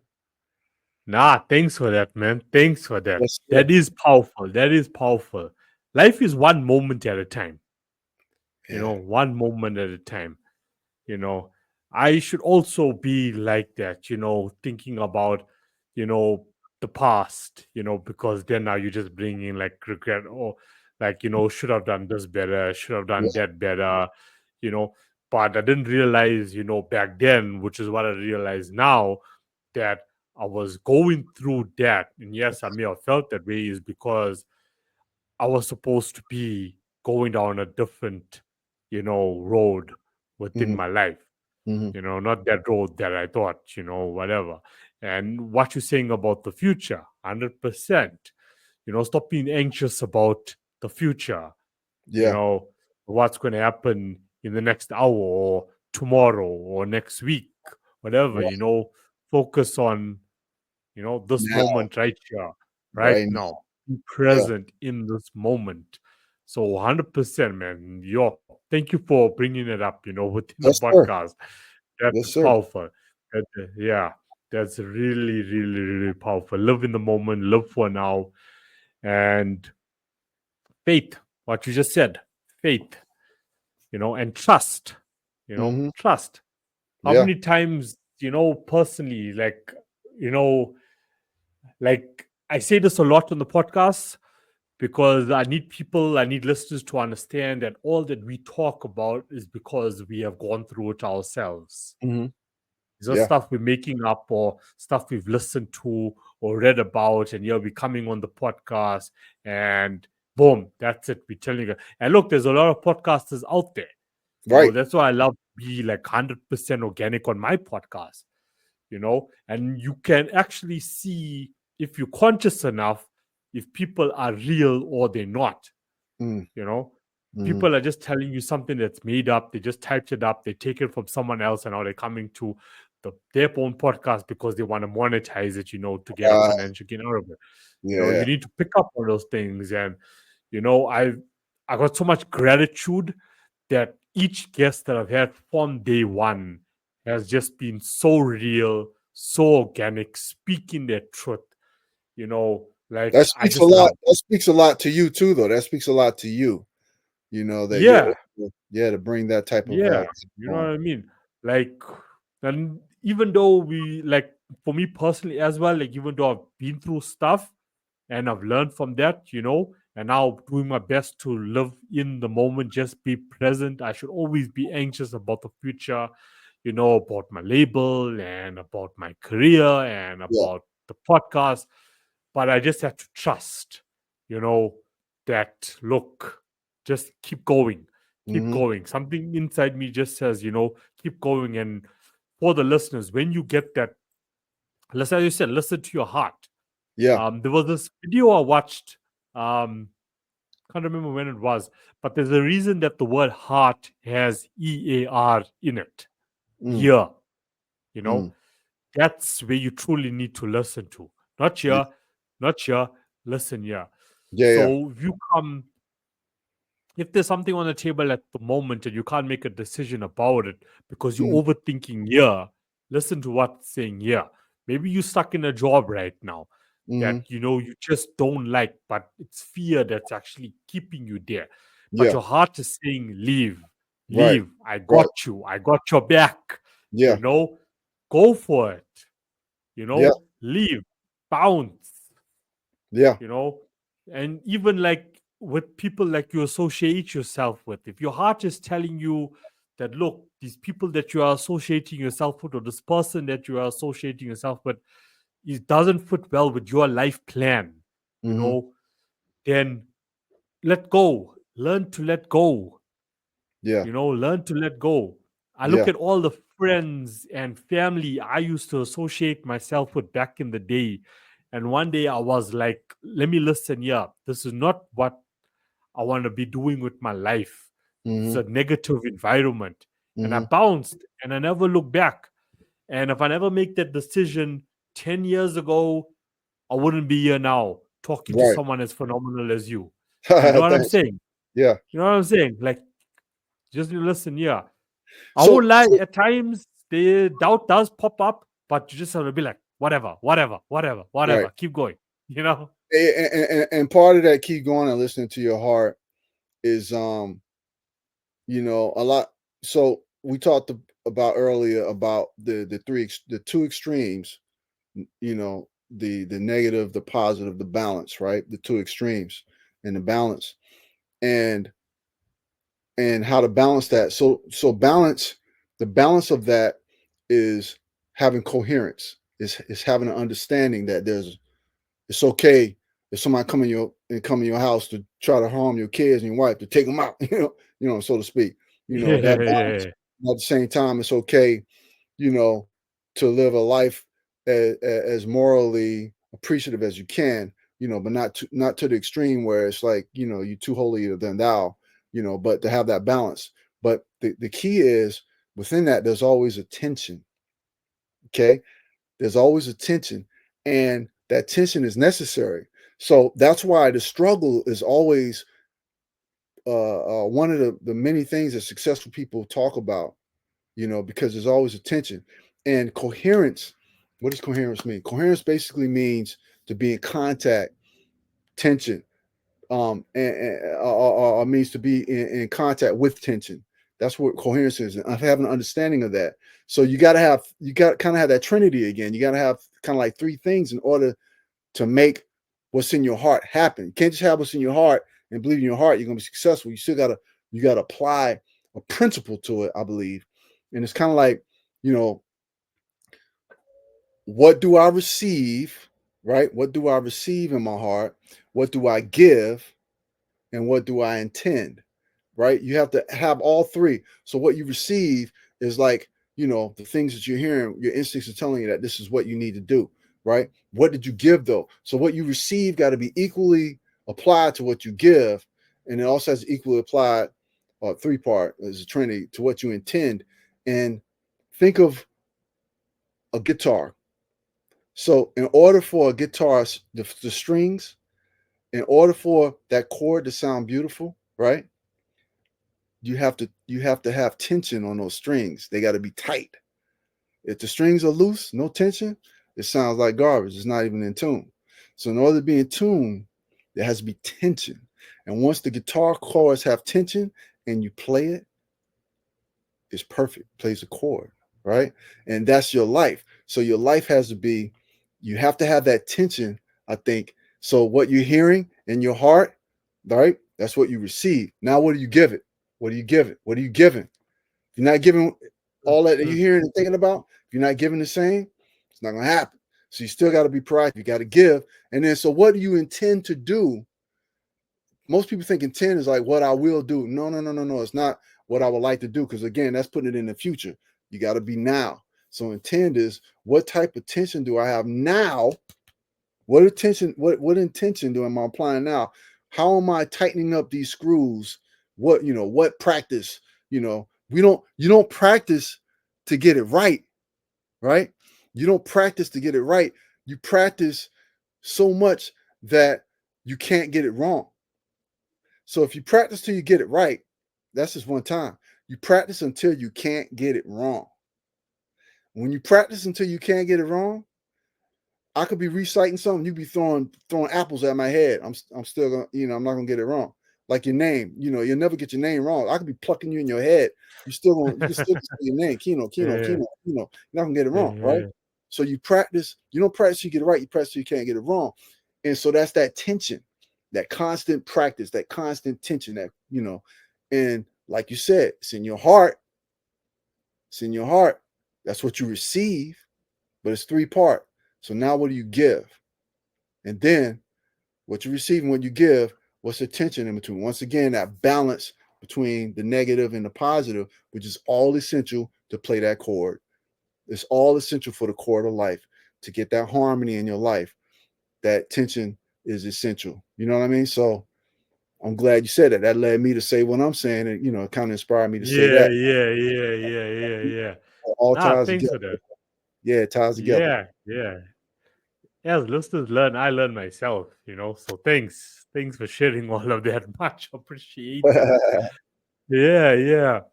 So okay, so I love having this conversation. I mean, look, we're going over 2 hours. You know what I mean? It's Wow. like, yeah, but I Oh mean, it's yeah. like wow. Yeah, It's yeah. like wow. Um, okay, two things, like left that's on my mind. I guess Okay. I'll start with Nzondi. I'll start, with the song itself. I'm not gonna lie to you here, when I look at you now, I'm thinking, is he really a rock fan? Like he's into rock? Like Yeah, yeah. so maybe start with that first. Like, okay, the rock part now. How did you get intrigued with rock? How did all that start? And then we can move into Nzondi. Um, what was it? 1990. I can't even remember what year. 95. So I always have been into all types of music. I grew up in a home where my grandmother listened to Jackie Wilson, old school people, the Rat Pack, Frank Sinatra, you know, um, Dean Martin, that's what I listened to growing up, And at the same time, I listened to a lot of funk back. I grew up in the 70s, so I listened to a lot of funk, with the Rick James, the Gap Band, the Deal, just a lot of funk. But we also had radio when I grew up in Jacksonville, Florida in the 80s. We didn't have specific genre specific radio back then, like black stations. It wasn't, Yeah, wasn't that. A lot of, when I was yeah, in third grade, it was like top 40 stations. So I would hear Captain and Tennille, I would hear Benny and the Jets, I would hear, Rick James, I would hear, all these different varieties of Cher, Sonny and, Sonny and Cher, the Osmonds and the Jacksons all on one station. So we were exposed to a lot of different kinds of music. So that's what I grew up on, being exposed to Earth, Wind, and Fire and Frankie Beverly and Mays. But at the same time, Bob Marley. I was exposed to all these different forms of music. And I grew up with a family that loved music. My family loved music, have music playing all the time. My father wrote 3 jazz classics. He wrote So What by Miles Davis. If you ever hear the song and it goes, Might Davis walked off the stage, so what? My dad wrote that. He wrote a song called Bitches Brew, which was also another Miles Davis song. Both of them were sung by Eddie Jefferson. My dad wrote that, and he wrote Chameleon. Doom, doom, doom, doom, doom, doom. My dad wrote that. So he would do his art on the kitchen table and have jazz music playing 24 hours a day or 20 hours a day, all night long, all day while he was doing his art. So I was exposed to jazz, all these different forms of music. And like I told you, one of my first groups was hip hop. So I'm like, I came from New York. So I would bring to Jacksonville all the new mixtapes and hip hop and new songs. Back then, it wasn't like as soon as music come out, everyone gets it on the internet. Back then, like New York would get it 3 months before Jacksonville, Florida would get it. So when I yeah, go yeah, yeah, yeah. home, I bring my tapes to Jacksonville. I'm like the hottest thing. Everybody want to get my tapes, and then I'm doing my hip hop. And so it was around, so loving all these types of music always, then, I grew up on, when I was in high school, Prince. So Prince kind of got me really into the rock vibe, you know, like really, really listening to it. Like I would listen to it because it was like a lot of different radios and we had MTV. You would watch MTV, that was like new. We watched that all day. We come home from school. So that started exposing me to the whole rock vibe, Can I just pause you for 1 second? For one Yeah, second, what you just said now about MTV, come home from school and watch it the whole day. I said the exact same thing to someone today. The yeah, exact same thing to someone today. yes, Wow. yes. Wow. Connected, man. Exact same thing. I was telling this dude today, like, I miss MTV. It was MTV all day after school holidays, MTV all day Yeah. long. That was all I was Ah! worried about. Yeah, yeah. Yeah. Wow, look at that. So, Yeah, yeah, when sorry, but you Prince can came, continue. yeah, when Prince came along, I was really already deeply rooted. I love the band Kiss. They was really wild. I had a Kiss comic book, Kiss doll, Yeah. so I was really rooted into, rock and listened to a lot of rock and exposed to a lot of rock. And then I heard Nirvana, man. Once I heard Nirvana, that was a wrap. That's what I wanted to do. And Nirvana, and at the time before I heard Nirvana, I was in the studio producing, trying to produce some house records, and I guess R&B and pop records. I was doing that. But once I heard Nirvana, that it was a wrap. That's what I wanted to do. The bass was just, the Smells Like Teen Spirit. That was the first song I heard. I was in New York. I was like, what the hell is this? The kick was real nice and loud, and the bass was real prominent. And his voice, that whole grunge vibe and the chords, I'm like, oh my God, this is what I want to do. And that's really kind of how I got started into doing rock music. And then I still didn't have the voice yet. I was still trying to get my voice right. Had a pop kind of voice, which really wasn't really strong. And then I heard Chris Cornell and Soundgarden. And once I heard that voice and I started trying to emulate Chris Cornell, that's when I really kind of got more into the harder rock sound and developing that. But it took years to get to where it was consistent, So yeah, that's how I started, really. I was exposed to a lot of top 40 radio, and Michael Jackson did some rock too. So for I love Michael Jackson back then more than Prince at the time. So between them and then hearing Nirvana for the first time, I didn't even get into Jimi Hendrix till I started doing music. Then I was exposed to Jimi Hendrix, like, oh my God, what is this? And that, that whole 60s music kind of thing, I started studying that. And I was in mid 90s, that I started really getting into Jimi Hendrix. So that's how I got into rock. Nice. Yeah. Nice. Well, it's a beautiful genre. Okay. It's a beautiful genre. For me, or same, love of all genres. Linkin Park, best rock band for me. When Chester passed away was devastating for me to take in. Yeah. But so then now on to Nzondi. So you went into music. It was for you to release those dark emotions as you communicated with me today. What was the build up on that now? That's now assuming now related to the passing away of your first wife. Yeah. On remember how you said that you like if your creativeness ties into one another, it can really excel. It can't be law into being a dentist. I mean, being an artist, song, and then it's a dentist. So from my books, the book that I'm writing now, I have, it's a book about vampires, but I have a young group of my characters were in a band. So, I was like, what if I wrote a song, based on my characters? And I did that. And so I took an old song that I had done. Yeah.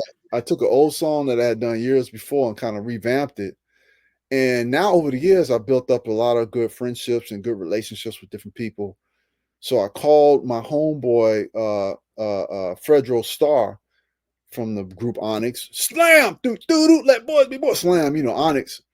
I called Fredro, like, yo, you want to get on this song, man? He was like, let me hear it. And he jumped on the song. And then the drummer from Puddle of Mud, Dave Moreno, Puddle of Mud, rock group, he played the drums on the song. And so that was my first release, and it was based on a song that my characters did in my book.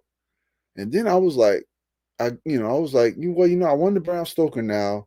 I'm not by no means I'm like had accomplished then being a New York Times bestseller author at that time. I believe I am a New York Times bestselling author. See how I said that? And so I was like, well, I think I can move back into music now. And so I started doing some songs. It took off a little bit, started getting some radio. I'm like, okay, this is okay. And then I did another song and then another song. And here's the funny thing about it. I hadn't had a recording studio. I used to have a recording studio back in the 90s. I hadn't done music maybe since 2006. So it's 18 years. Well, no, it's 22 when I started. So 16 years, no music, 16 years, just learning how to write for 16 years. and a little less than that, 14 to write. And then so I had to learn the equipment again. It's all new equipment, all new. Now it's not, you don't have to go to the studio. You can do stuff on your laptop, you can download Yeah, apps. yeah, So just learning that whole process. And here's what's so funny to me. It took me about 2 years to really understand how to use the equipment properly and the apps and all of this kind of stuff. And now when I listen, the first song I did with Frederick and all them, that sound is hot, but all the other songs I did after that, I'm like, it's so much better now. Like how John Goodwin can hear the difference, you know, because my whole process is tighter, cleaner, better. I understand, how to get better sounds. I just understand how to do stuff better now, how to, structure wise, song wise, music wise, mixing wise. I understand how to do stuff better now. And the music that I'm doing now is coming out better. So my goal is to try to get an album out by early January. I have 2 more songs to do, and I can I can finish this album by early January. Um, and I hooked up with a buddy of mine I've known for about 30 years. He's an engineer. He had his independent label and distribution.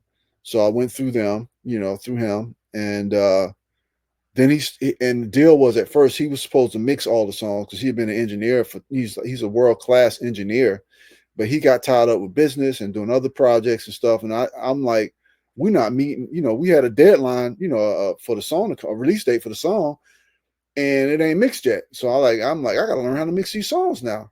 So I spent hours and hours and hours, maybe the first weekend about 18 hours straight, watching YouTube videos and just learning the whole processes and learning how to mix and all the numbers and how the vocals got to be at this dB and compression and all that, just learning all of that. I took the first 18 hours and I mixed my first song, which came out pretty good. The engineer, the president of the record company was like, man, it sounds pretty good. But now it's so much. 2 years later, I know so much more now. I know so much yeah, more, yeah, yeah. 2 years later, and I have a good feel for the equipment now, and I'm able to manipulate it now. And so the next song that's coming out, as soon as I get the album cover, I can send it to the record company and get a release date. Hopefully, we're looking at maybe the end of the year, beginning of the year, is a song called Dirty Angel. And it ain't even rock, bro. It's like pop rock. It's like alternative pop. But I worked with this artist from the Ukraine named Jenny Sabi, Sabi. And I can't wait for people to hear this, man. It's just this. I am so proud of this project. And then I did a cover song with an artist named Renee Rice, out of Detroit. She now lives in Arizona. She was the first artist I ever produced. I met her when I was producing a song for Inner City in whenever that was, 95, in Detroit at a club, and I produced her, but that song never came out. And she sung for my mom's funeral, so we've been really tight. And we did this song together, this Madonna song we did together, cover song. And bro, I'm so proud of it. So now I'm waiting on, the stuff I need from the record company to get the mechanical rights so I can, do the song, release the song. Those two songs from 2 years ago, it's just like night and day. Like you listen to them to 2 years ago to these Yeah, songs, yeah, yeah. it's like night and day. And so I'm really looking forward to dropping this album. And it's like I can't even not finish these songs. It's like it's on my mind. But I've been writing in between it, but it takes so much time to put the songs together. So much time, and I'm working. Like I just finished the movie. Yeah, I just finished a yeah, movie on Monday. Monday was our last day. We wrapped the movie. It's 6 months, 10 to 12 hours a day for 6 months, 5 days a week, yeah. and I just finished on Monday. We wrapped on Monday. We got some pickup days next week. But just like all that work and it's hard to get it all done. It's like I said, you got to be focused. So, and my book is kind of almost done. So I can't wait to, once I finish this project, get the album out, I can finish this book. and try to sell this book to a major publisher and get that out. So next year is going to be kind of hot. And I sold a song. I sold a house song, a club song, to a really prominent house group. And that's supposed to come out next year. So I'm looking forward to that. I think it's going to do very, very well. A very hot house group. So that's all I can say on that. So I'm looking forward to that coming out. So next year, 2025 is going to be hot. It's going to be kind of hot. We'll see. We'll see. Man, I love your ambition. I love your ambition. Thanks. Appreciate you mean 58 years old? Correct? That's what you said? 58. I don't even believe in myself. 58 years old? And July I mean, 4th, 1966. Really be taking care of yourself because you don't look close to 58. Appreciate that.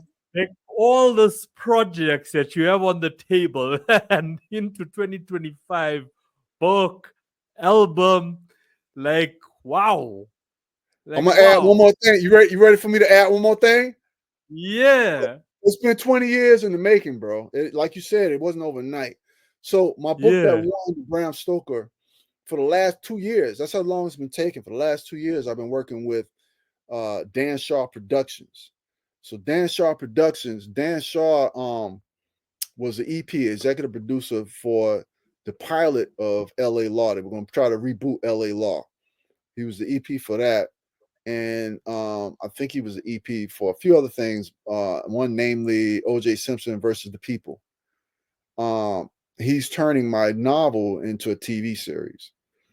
Wow. So we've been working on it. Thank you. We've been working on it for 2 years, Nice. 2 long years. And we have some directors on the wish list. We have some head writers on the wish list. All the people that he's worked with and have relationships with.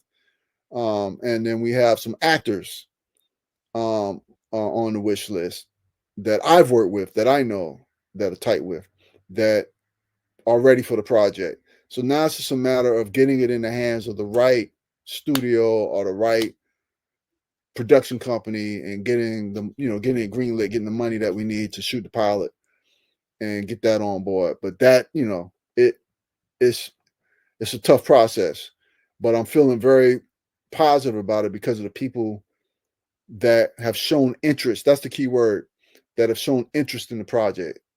And then again, like I said, it's got to be good. So, they can show interest as much as they want, but if they don't feel like it's good, they're not going to jump on it. So we're trying to make it as good as we can get it. Huh? Like you have to feel it. Like, is this my cup of tea or not? Yeah. So we got to get it as good as we can get it. And my goal is to shoot that pilot next year. So we'll see. So it's a lot going on next year. Yeah, man. Sure. That is a lot going on next year.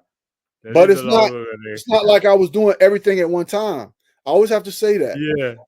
I've been writing for 14 years. I did music 22 years before that. 20 years before that. Strictly music, 20 years. Writing strictly for 14 years. You know what I mean? And now that I'm at the point that I'm at, I took some time out to do the music. And that's, it's been like the last year of just really working on the music. Just really focus on the music after 20 years of trying to make it happen. So there's like a lot of groundwork to get to the position where now it seems like everything's coming out at one time. But no. You're talking about 34 years of groundwork. So nice, man. Thank you. Perfect example to all the listeners, artists, creators out there. You know what I mean? This is like lifelong. If you're in it, you're in it. Not part-time, not full-time. It's like all time. Yeah. Just keep pushing. And it's good that you also touched on, manifestation and being in the moment, because that's what gotten you to where you are now. And that's what's giving you that spiritual energy to keep going forward with more projects. You know what I'm saying? Like, just wow. You're an inspiration to me now. You know what I'm saying? You're an inspiration for me. There is no limits.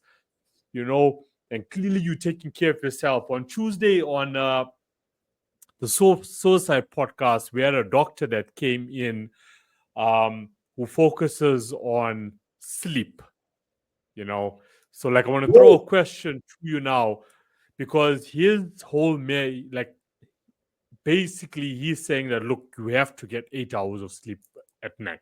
That's how you reprogram yourself and you clear up all the dirt and the garbage and so on. So I asked him a question, and based on your lifestyle at the moment and all the projects you got going on, you can comment on that. But the question I asked him is, if you are an ambitious individual, there's a lot on the table at the moment. There's a lot of responsibilities at the moment. There's various projects that are going on at the moment. Unfortunately, not all the time you can get 8 hours of sleep per night. And then when he told me, like, how many things he's involved in, because of the introduction, I was like, yourself as well. Like, how do you fit it in? Like, what's your average day-to-day schedule, to make sure you're on top of things, on top of all your projects, and still have time to take care of yourself? I'm going to say this knowing that 99% of the listeners are not going to do it. Yeah. So when people ask me this personally, I don't answer it specifically because they're just asking to ask. They're not asking because they're going to do it. And I've realized that now, because before I used to like give all this in depth and then they don't do it. And I'm like, They don't do it. Yeah. I feel you on that. Because it's hard. Yeah. It's hard. And for some people, it's unrealistic. But let me break it down like this. When I wrote my first book, I didn't watch TV for like a year, 2 years. Here's the caveat. Yeah, I watched football on Sundays because I'm a huge Dallas Cowboys fan since 1976. So I watched football on Sundays for those 8 months or whatever. But I didn't watch TV. So I didn't know anything about any new programs, anything for like 2 years while I was writing my book. No TV. I stopped playing video games. No video games, no TV. Right? Some people, they can't not watch their TV shows. And I'm like, just imagine when you get home, and instead of watching TV from whatever time they get home, me, I get home like around 7:30, 8 every night. So you get home 5, 6, 7, 6 o'clock and you watch TV till you go to bed, 10 o'clock. Oh my God, that's like 5 hours every single night, Imagine if you didn't do that, you did something else, just 2 hours every single night. So that perspective, number one. Number two is sleep.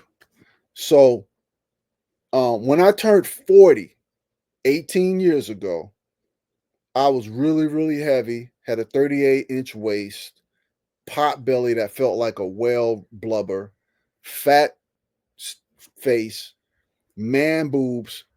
And my niece said to me, "You got bigger breasts than me." And that was it. I jumped into the workout regimen and I started working out.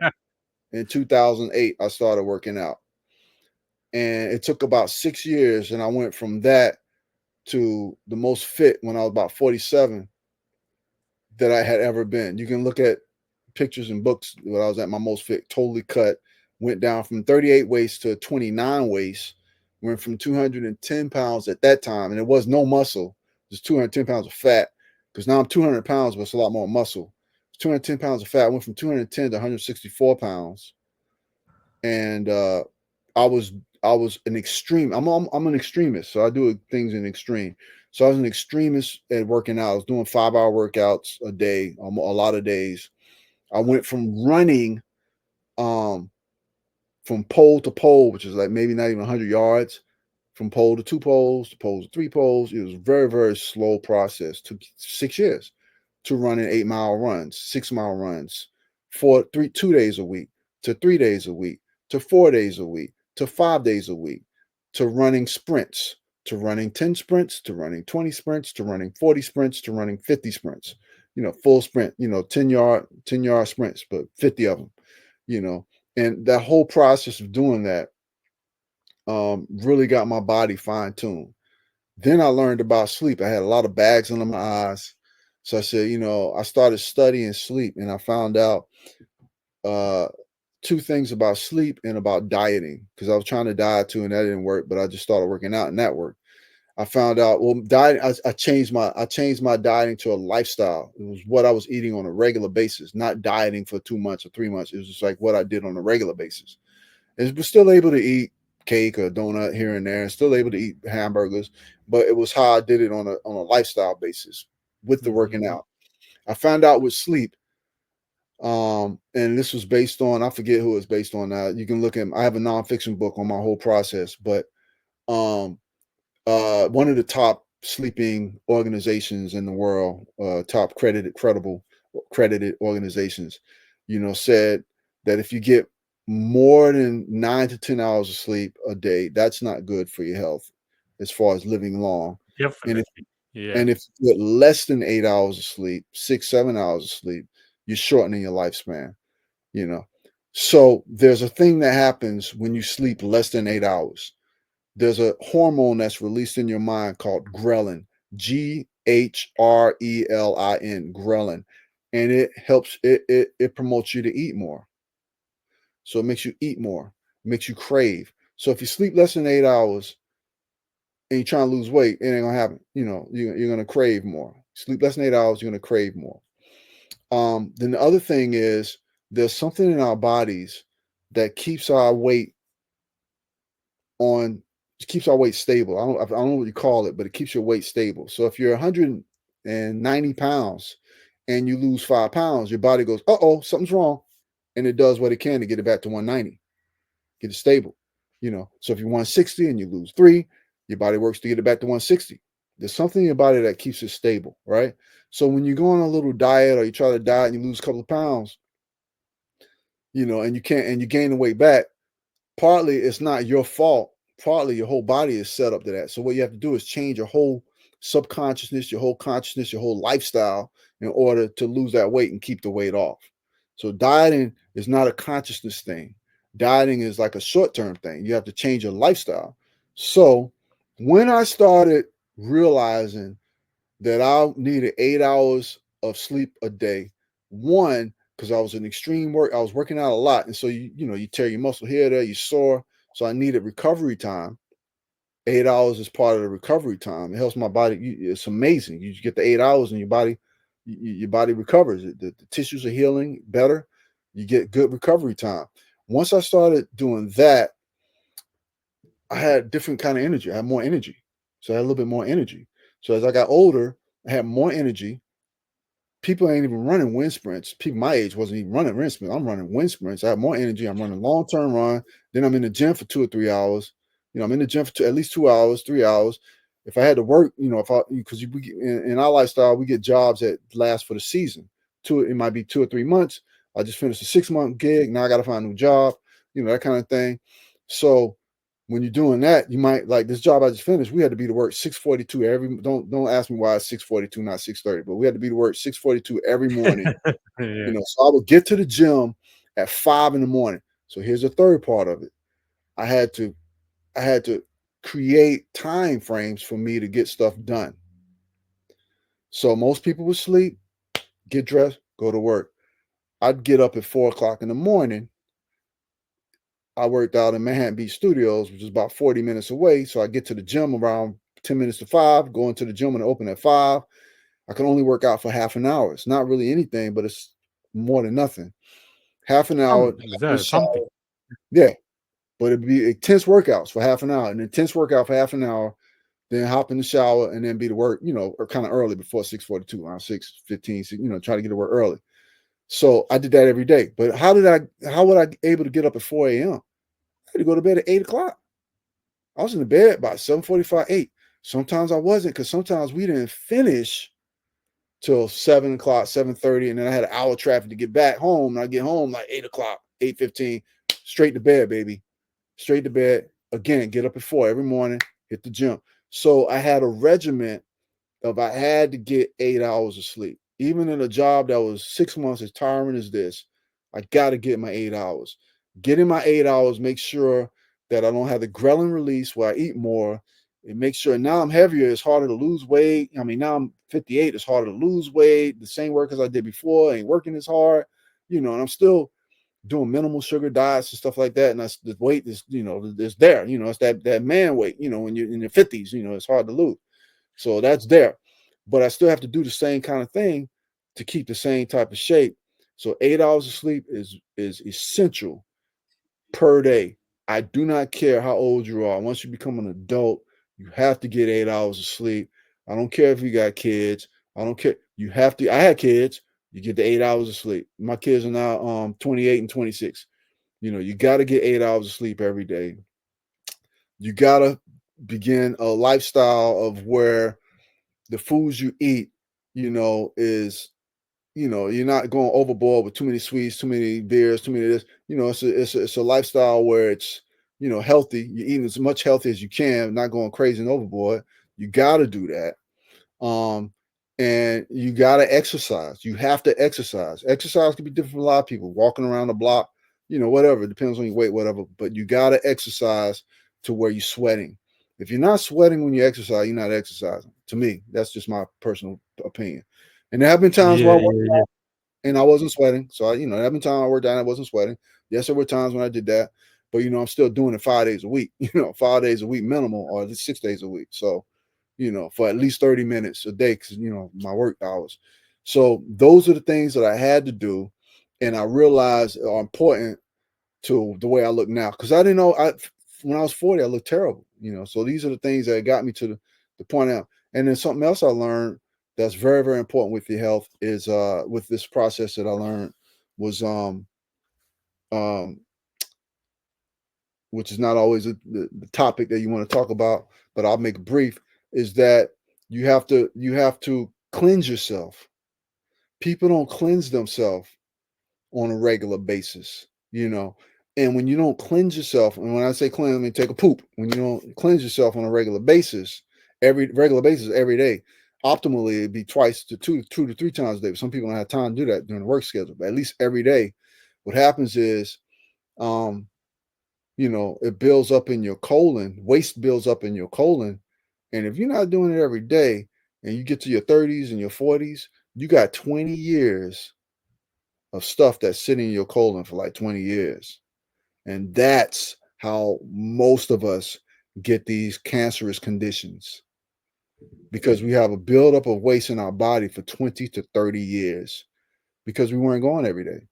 So all of these things are essential, for your health, sleep, exercise, uh, a lifestyle of a diet that's conducive to your health, and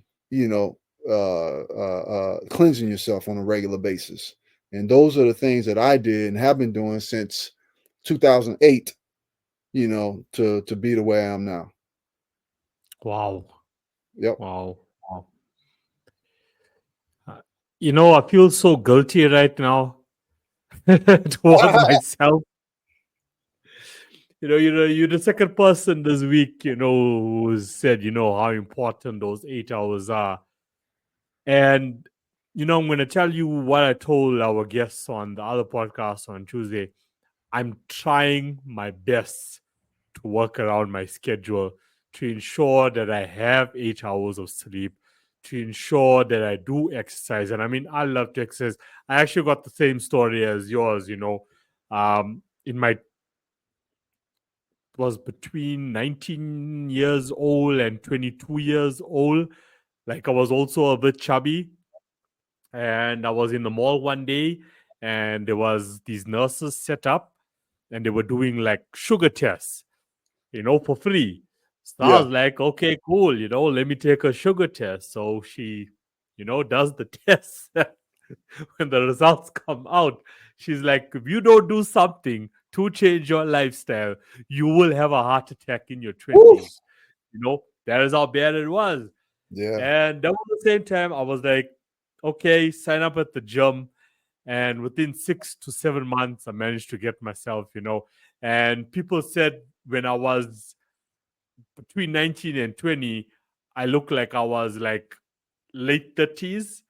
Now, Mm. as I'm getting older, you know, like I look younger, Yeah. just like your case. Also share that same story. But, that's one part of it. But I've just been attempting so hard just to get to some sort of healthy lifestyle day to day, because it just hasn't been easy, and that's why I brought it up, with that guy to say that, look, this is my lifestyle at the moment. I got gratitude that each and every single week, okay, this week was 4 podcasts that I get to interact Hmm. with, great people all around the world. But time zone, I have to take that into consideration. So during the day, I have to focus on my music. I got to focus on the record label. I got to Hmm. focus with a team that isn't as disciplined as I am as well. You know, so Yeah. I have to deal, and I also have to deal with the team who have personal issues going on, and those personal issues in their life, comes now into my life because they Right. can't get their work done because of whatever they may be going on Right. through, and that sits with me. And when you have a certain energy as well within yourself, the universe, God sends you people all the time that will always need something or some sort of assistance with. And because now I have this great heart, I'll be like, okay, what can I assist you with? So, say Right. someone needs help with something, and okay, that's going to take up like an hour of now my time. So by the time you actually sum up the day, and then I have to jump onto a podcast, and I try to make it, 6, 7 p.m. my time. Um, where do you get that 8 hours? I keep asking myself the question over and over, like, where do I get the 8 hours? But I do feel that God also brings me certain individuals, which He has, especially Yeah. over the last 2 weeks, that's made me actually self reflect to say, Kino, it's your fault. Don't Mm. blame it on the fact that you have to do this during the day or that you have to be on a podcast during the day. It is you. Hmm. People have come onto the podcast, and it's not even people I can say that I'm associated with in South Africa. It's people that's been coming onto the podcast, and I've just been putting this puzzle together in my life, and I'm like, no, Kino, take accountability here. This is your fault. Mm. And there was a guest that we had 2 weeks ago on the Talking Back to Suicide podcast about how important it is to say no. Yeah. I am not. Yep. I am not. So if you need me, or if I need to be somewhere at 8 o'clock tomorrow morning for someone else because we're all working independently, I need to say no. Okay. If I got a podcast going on and that podcast is going to finish at 10, 11 South African Standard Time, I need to get that 8 hours sleep. I need to Hmm. get my exercise in the morning. Once I'm done with that, that's when I will rock up there. And Yeah. I need to start doing those things. I need to Because start doing those things. it wasn't until I realized, man, I have no apologies for saying this. It wasn't until I realized that I needed to be selfish Yeah. because Yeah. um like it's certain ways to look at stuff, and I try to look at stuff in a way that's they say the door's opportunity is marked push. You got to push for your opportunities. So I try to look at things in this way that, you know, if I can, as a teacher, you're always a helper. You're helping. That's your life. You're living a life. And I taught school for 13 years, mostly eighth grade. So your life is for helping people. That's the kind of personality you have, and you can't help but want to help everyone. It's just it's the life that you embrace. And if you're not at a point in your career where you want to be, you know what you need to do, but you're not there, and you're spending time helping other people reach that career where you want to be for the most part, it's like a double-edged sword. It's hard for you to get to that point. So I had to say, you know what? Nah, I'm good. I'm gonna focus on me and just me, because I did stuff where I was managing artists, all kind of stuff, helping other artists. I was like, nah, I'm just gonna focus on me now. It's just me. Yeah. Yeah. And I did that. That was the whole stage, no TV, the whole thing. I did went through that stage. And then when I got to the point, and it took years, it wasn't like a quick thing. I was selfish for years. When I got to the point where I started seeing successes in my career, I had also gained a lot more knowledge at that time. I'd also gained a lot more credibility through doing that, and also gained a lot more opportunities to be in leadership roles. All this other time before, I could have been helping people out. I wasn't really where I was after I just spent time on me. And once I spent time on me and got myself to a different level, a higher level, and in the position of leadership roles, then I was able to help people. And then I had also built up, I had built up an awareness of when to say no. So I could help people, but then I can also know when to say, I can't, I'm sorry, I can't do that right now. I can't help you with that. I can't do this because I had my priorities were, I had a system where my priorities now took precedence over, over my lifestyle. So I know I did this at this time, this at that time, this at that time. And I work best when I get up early in the morning. Like I used to brag, like, I just did more by 8 o'clock in the morning than most people do all day. They just waking up, because I get up at Yeah, 4. I yeah. get up at 4 o'clock in the morning, rock. You know what I mean? Hit the gym for an hour, Yeah, wrote 5,000 words, did this, did that. And it's just not 8 o'clock or 9 o'clock. And y'all just getting up, And so, yeah. and then by doing that, I'm tired. Uh, The night time come, I'm tired anyway. So I go to bed early, 8 o'clock, 9 o'clock. I'm tired anyway, because I got up at 4. yeah, So it's a cycle that I built that made it easier for me to reach my goals, because I'm not a cycle. It's a routine that I built that made it easier to reach my goals. So that's also part of it, building a routine in your life where normally that person will call you at 9 o'clock to help you do this or that. Your phone is off because you sleep anyway, so you can't even, yeah, and yeah, they not up at 4 o'clock yeah, in the morning. So you working, you getting your stuff done. So your stuff is done by the time they up and asking you for this or that. You got most of your work done already. So that's how my yeah. And that's lifestyle so happened. true, eh? Yeah, that is so true. You know, I think it was also in the 5 a.m. club by Robin Sharma that he mentioned the same Mm, thing. I mean, because the 5 a.m. club, obvious to be up at 5, and then he has this 2020 rule, what should be done first, because that's your transformational time. yeah, From the time you get up in the morning till about 12, 1 noon, that's your transformational time. That's when you are going to do like your best work. yeah, There was also a movie I watched once. It was a horror movie, and the guy in this movie, he got asked the question, "Why are you up at?" I think it was about between 4 and 5 in the morning. He says, "So I can gather the best thoughts first." yeah. That's floating around in the universe at the moment. I'm going to get the best thoughts I first. love that. So, at 5 in the morning, he's up, he's got his notebook, and he's writing, whatever is coming to mind. And the So, world is truly quieter. The world is truly quieter at that time. exactly. Yeah, So while people are snoring away, you up, you're doing your thing, you're putting your thoughts on, your ideas, 100% on that. yeah, man. While people are still like, yeah, sure, yeah, I need another cup of coffee, you know? Yeah. I do that you too. know? I do that too. I get up and I get my coffee, but I'm grinding while I have my caffeine Yeah, hit. you very well lucky, you know what I Yeah, mean? Yeah, I yeah, also love that saying, that to the guys who are like sleeping, that 9, 10, 11 hours, getting up at 9, 10, and dude, the markets are already open and you still sleeping. You know what yeah, I'm saying? You still sleeping. So yeah, yeah. thanks for sharing your thoughts on that. I really appreciate it. As I said, like I'm glad. You are also now one of those guests that has come on over the last 2 weeks that's also made me think about my life. That look, yes, I'm doing things I love doing.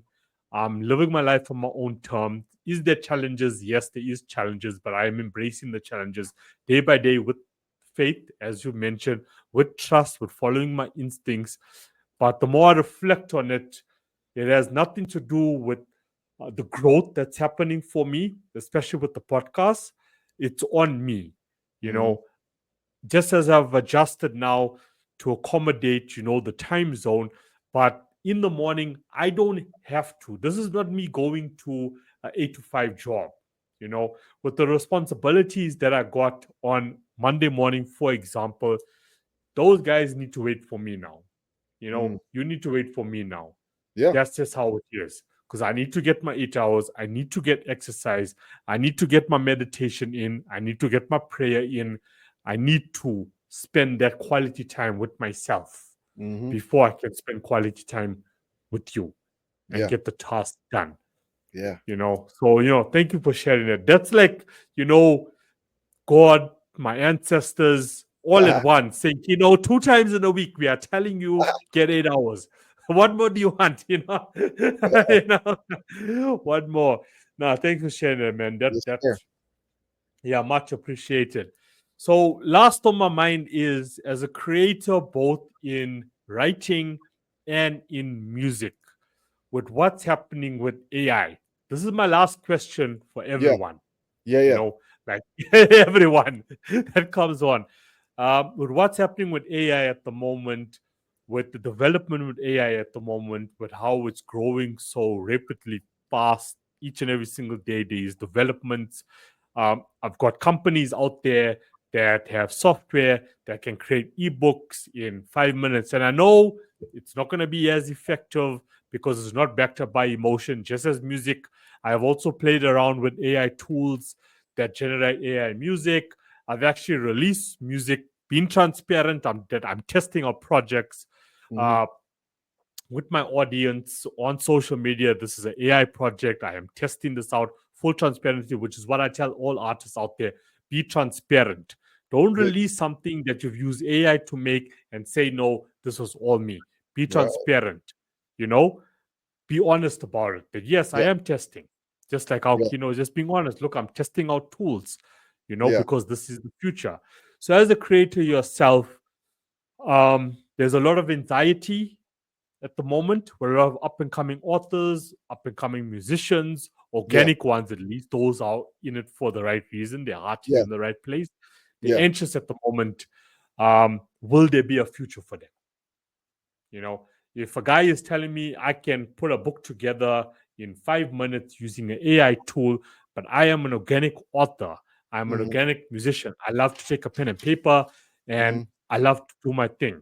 It's going to take me 2 years because as an author yourself, you've spoken about years, how long it takes to put like a proper book together, put out to market.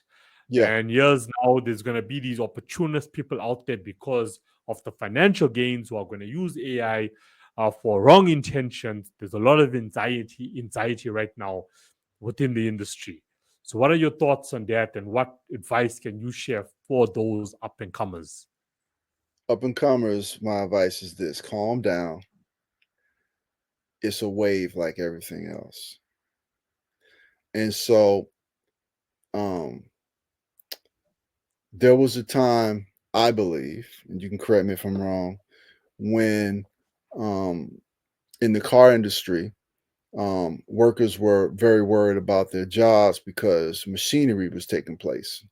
Robotics was taking place in the building of cars. It's not an issue anymore. We've passed that time. There was a time when ebooks was a concern of taking over natural books and there would be no more natural books. It's not an issue anymore. People love holding a book. I love holding a book in my hand, flipping through the pages, you know, Yeah, and even though ebooks are very convenient and I have it on my laptop and whatnot, and I can read books, and I've read books on my laptop.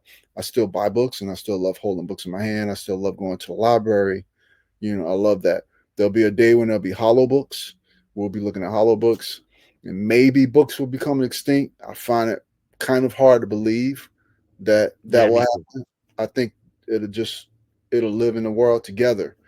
And so there was a time in the hip hop industry when people who didn't understand the culture thought that sampling was not creative, you know. And I would, in my mind, I would say to myself, okay, you try to sample some stuff and make a hit record, see how well you do. 99% of songs in America, hip hop songs in America, Not so much now. I guess trap music is a little different, but they still do use samples or songs that are taking interpolations of original songs. In the hip hop industry, Yep. is part of the culture. Yep. Mhm. And it's about taking that sample or original song and creating something new with it. You're not necessarily taking a computer and say, "Hey, write me a song," and then it writes a song, and you say, "I did it." That's different. You're not saying, "Hey, write a book," and then the AI writes a book, and you say, "Hey, I wrote a book." That's different. And the difference between that, and let me be very clear when I say this, is that there will be one day in the future where we will have a new species that will be uh, trying to get rights as well as any species have rights, and just like animals have rights, or there will be humans that will be fighting for the rights, just like they fight for the rights of animals, like Peter does. And that species will be a digital species. And we will have a digital species, and that digital species will have evolved from the um, AI technology. And we will have a digital species that will be, aware and will be able to do things faster than humans can do things. And there will be there'll be some kind of regulatory systems in place to keep them, to keep regulations in place, I hope, at that time. But at the same time, I believe there'll be humans that will be fighting for the rights of digital species. So that's coming with the evolvement of AI. And whenever there's a new technology, like the robotics in the car industry, like the ebooks, we kind of get afraid of what's going to happen. We're going to lose our jobs, this or that. It'll create more jobs or different jobs, and I think that's the same thing that's going to happen. I don't think that most writers who write um, would even want to have an AI write their books. These are people that are looking for the quick buck, that kind of thing, trying to be opportunistic. So, I don't, writers who are creatives, the Tribe Called Quest, who created these amazing songs out of samples, you know, Ali Shahamahi, whatever his name is, Muhammad, Ali Shaheed Muhammad, these incredible productions with Tribe Called Quest, and all of them were, mostly jazz interpolations, from jazz songs. He created it though. He put this stuff together. DJ Premier, he put all these samples together and created something. Pop art is the same thing. You just doing stuff and people, it's the way that they did it. You're like, that's how they made that art. It's pop art, but the artist was behind creating that whole thing. And so it would be the same thing with AI. What I enjoy about AI right now is if it wasn't for AI, I wouldn't have been able to learn to mix and master the way I do now. So I use Yeah. AI. Yeah. I use AI to look at my mixes, and the AI tells me if the mix has too much bass, not enough bass, if there's balance, if it's this, if it's that. I use AI for that almost every day. And then I now have AI stuff that masters. So now I still use mastering studios like Sterling Sound, but it's very expensive. So a lot of my songs I've mastered through Sterling Sound. It's very expensive, but I want to go through what Cher and all the big rock stars go through to master my songs. But I'm learning more and more every day to master through AI mastering services online. And I'm learning, and it's still not as good. It's still not as good. It's still not as good as using Sterling Sound, but it's getting close to Yeah. that. Yeah. Yeah. It's getting close to that. But Yeah. I can tell Yeah. it's Yeah. definitely not as good, but it's getting close to that. So if you use AI as a tool, and you're able to use it as a tool, but not as the original creator of your artwork, I'm all for that because Yeah. that we've been doing that since the beginning of time, using since the beginning of technology, using technology to improve upon our products. That's cool. We've been doing that. So I say to those people, relax. It's only a wave. We're going through this part of the wave, the down part of the wave where people are afraid, and we'll get through it. And AI will be a part of everyone's. AI is going to be a part of everyone's life. We're Yeah. now seeing commercials where Pixel or Google has this AI. You just start seeing it like last week where they have this AI guy and everyone's talking to the AI guy. The AI on their phone. It's this. I forget what it's Yeah. called. I just started seeing that last week. That's going to be a part of our lives. You're going to have AI is going to be a part of your life, a part of your children's life, but they're going to be talking to the AI person.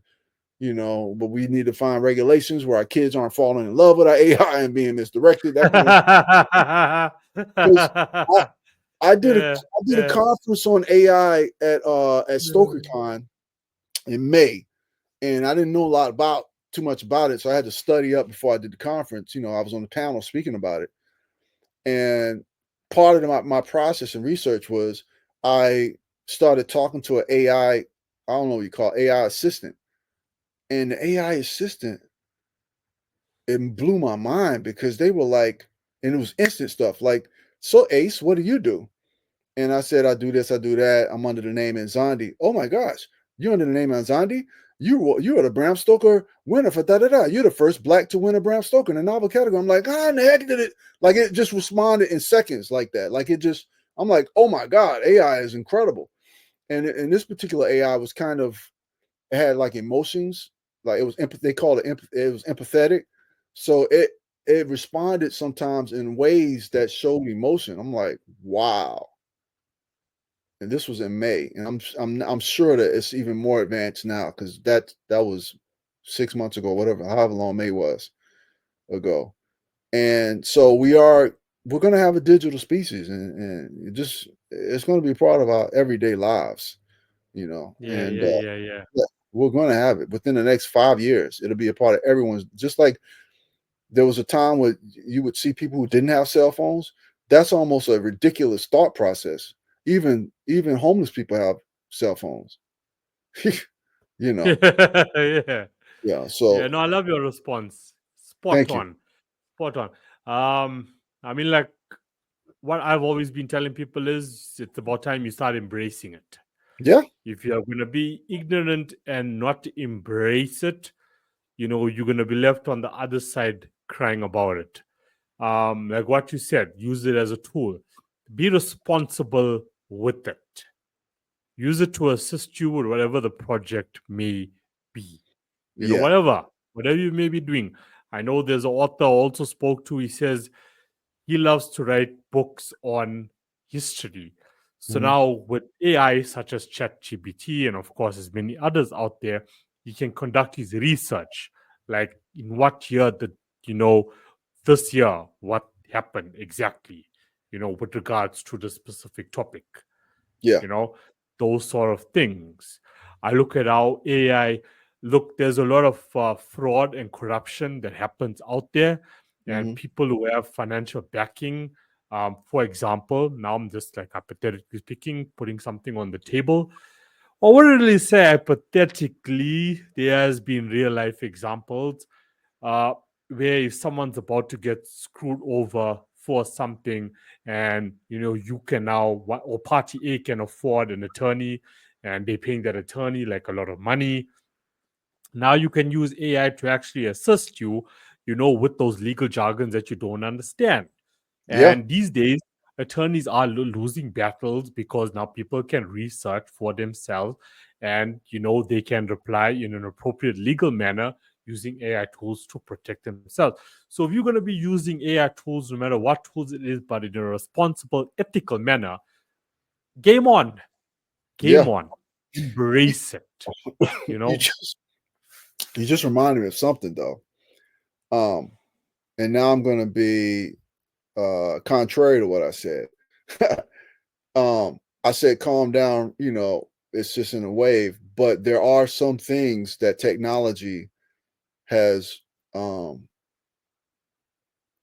uh made extinct, you know, and online stores and on and the net, and the internet has killed a lot of stores, and a lot of stores and businesses that have been around for decades are gone.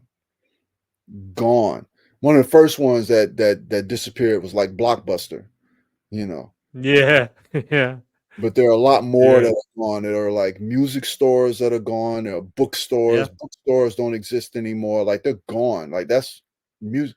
It's a lot of industries. I saw a whole mall close, an entire mall right off of Pico in Los Angeles. gone. The last time I was there, me and my girlfriend, we couldn't believe there were. I counted 5 people there, including us, in the entire mall. 5 people.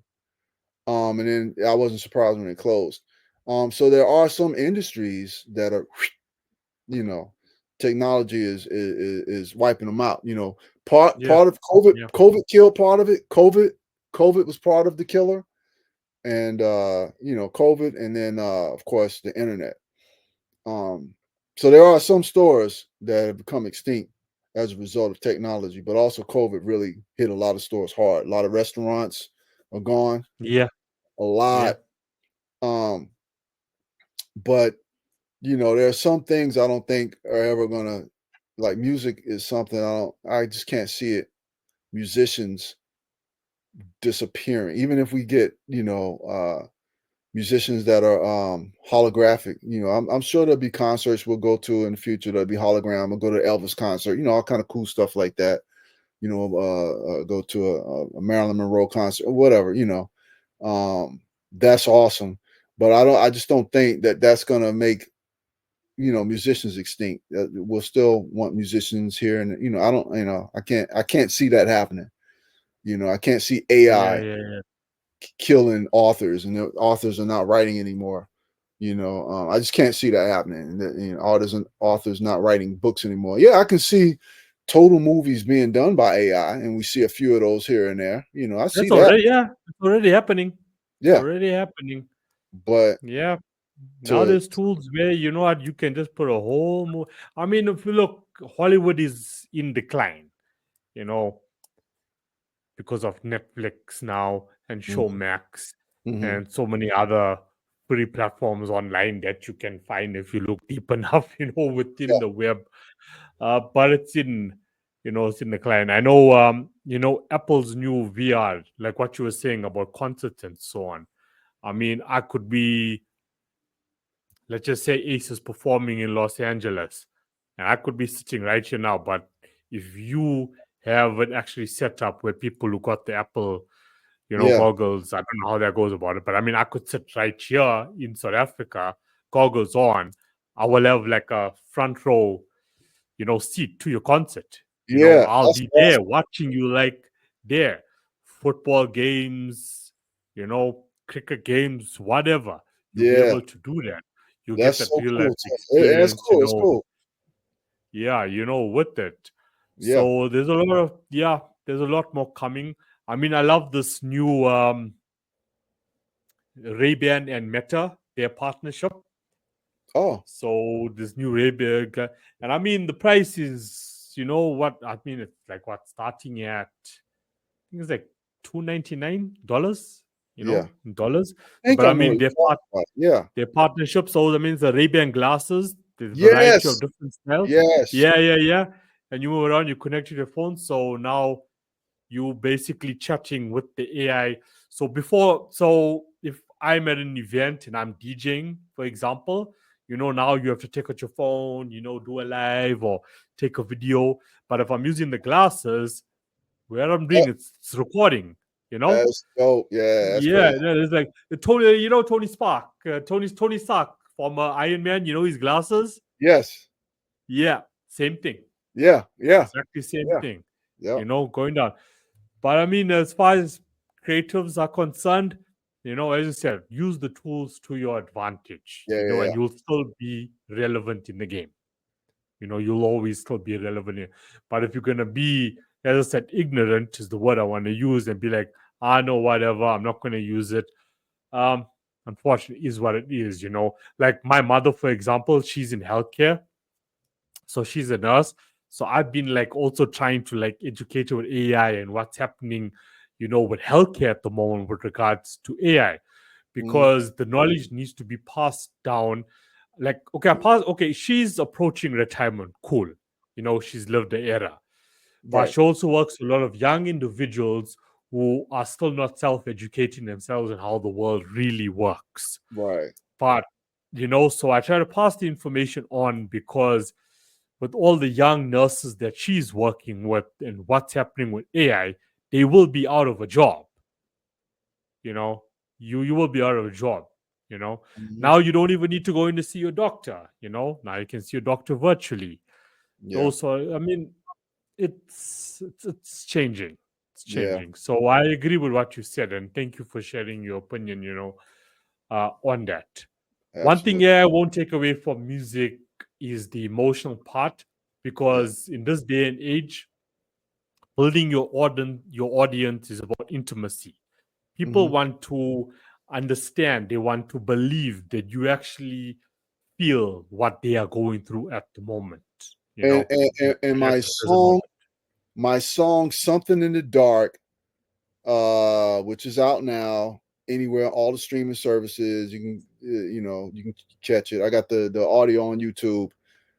That song is written about, when I say something in the dark, she's gone, all these crazy emotions that one goes through when someone close to them dies. You question religion, you question God, you question your life, down, Yeah, yeah, downward spiral.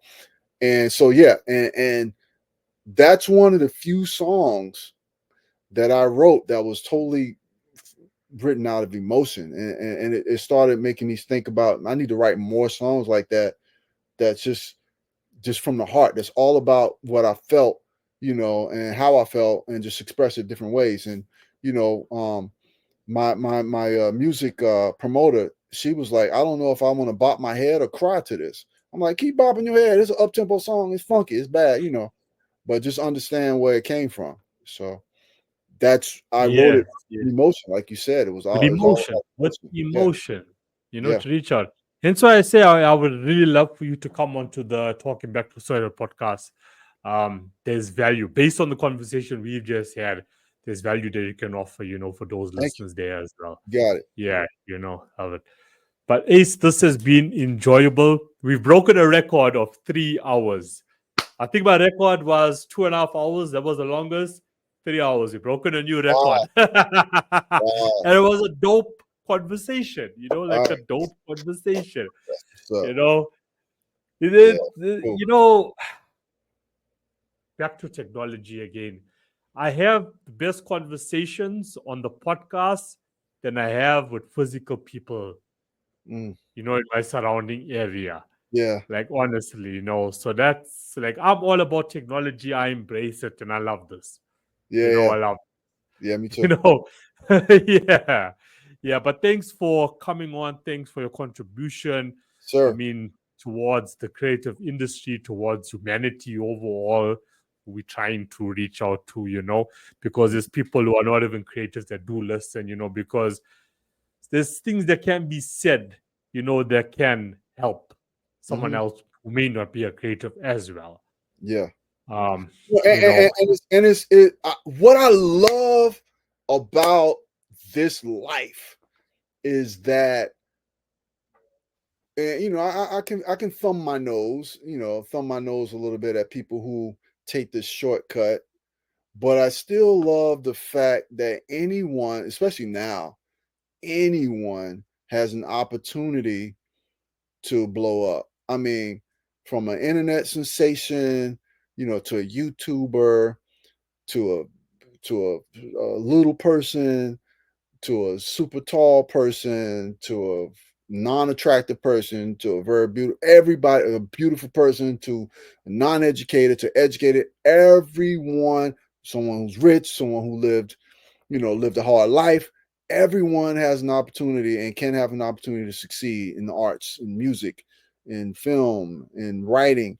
Doesn't matter what background you come from.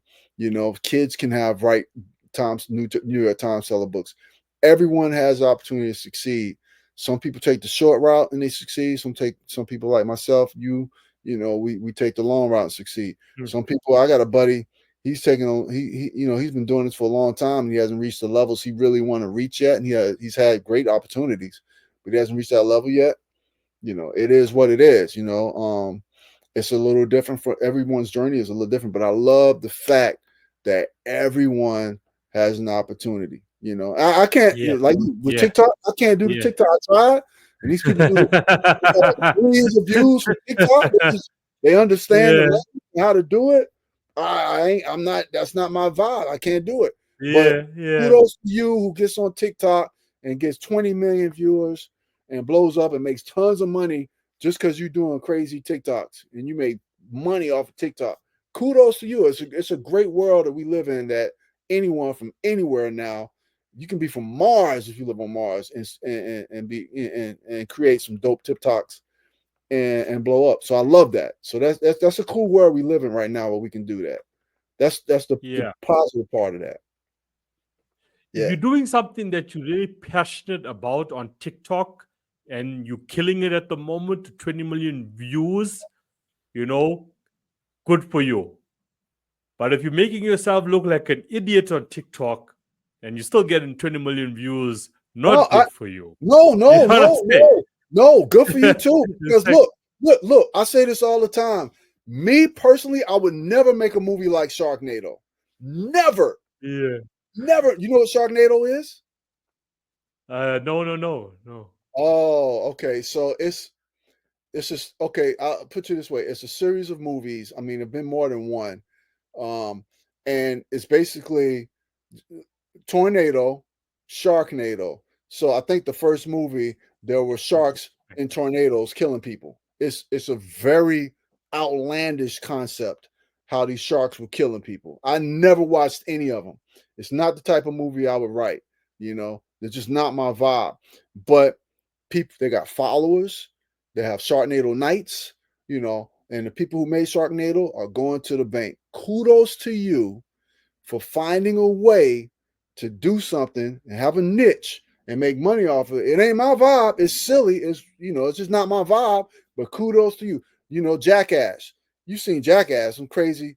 They be on doing crazy stuff, getting pinned. But I think they were just passionate about what they're doing with stunts. What I'm saying, there's a lot of the way, there's pros and cons to like social media, right? Just like as we discussed now, with being responsible with AI. There's pros and cons to it. Right. The like what I'm trying to say is that, I've just seen like a lot of people who haven't found themselves, who are just following trends. Like I did an article about this that the local newspaper in my community actually posted or put in their paper, but look, I'm saying to you, that's cool too, because these people that are just following trends and blowing up doing that, how do I say this? I'm gonna just say it. Have no other talent. No other talent. Good for you. Because if it wasn't for this, you would not be doing anything. Good for you that you have no absolute talent and you found a way to good for you that we live in the world, because so many people are so depressed because they see all these people with talent and they got no talent. They can't do nothing. Now the internet has made, they got pros and cons, but now the internet has made it where people with no talent at all, none, they just doing makeup tutorials, whatever, all this crazy stuff. Just dancing. Makeup tutorials I can still accept. Accept makeup tutorials. Yeah. That's still a great profession. That's a great talent. There are people that videos are all just walking and you seeing them walk from behind in their jeans. And they got millions of views, because certain people like to look at those videos. Good for you that's all, no talent. You just put on some tight jeans and walk, and we see it, and you got millions of followers from that. And the other online thing, OnlyFans. Good for you that you have all of that stuff and no talent. We live in a world where, man, a lot of people with talent. You mentioned, Chester. I mean, what's his name from Linkin Park, who was really Chester good Bennington, friends. Yeah, who was really good friends with Chris Cornell, and they both did they die on the same day, something like that. Both committed suicide. It's mind blowing how you have someone that's doing so well. So if someone doing that well with all those pressures they're going through, feel like they have to end their life. Imagine people who aren't doing well, have no talent at all, nothing, can't do nothing for society, and now they have a means to succeed. I love that we have, there's a lot of pros and cons, but I love that we have this world now where you have absolutely no talent at all, but doing the stupidest, most idiotic things, and you're blowing up. Great for you. Cool. It's not my thing, not my vibe. No judgment. I might have some judgment. I think it's stupid, but great for you that we live in a world now where you can succeed by doing absolutely nothing. Yeah. No, I feel you on that point. 100%, I Yeah, feel you on that point.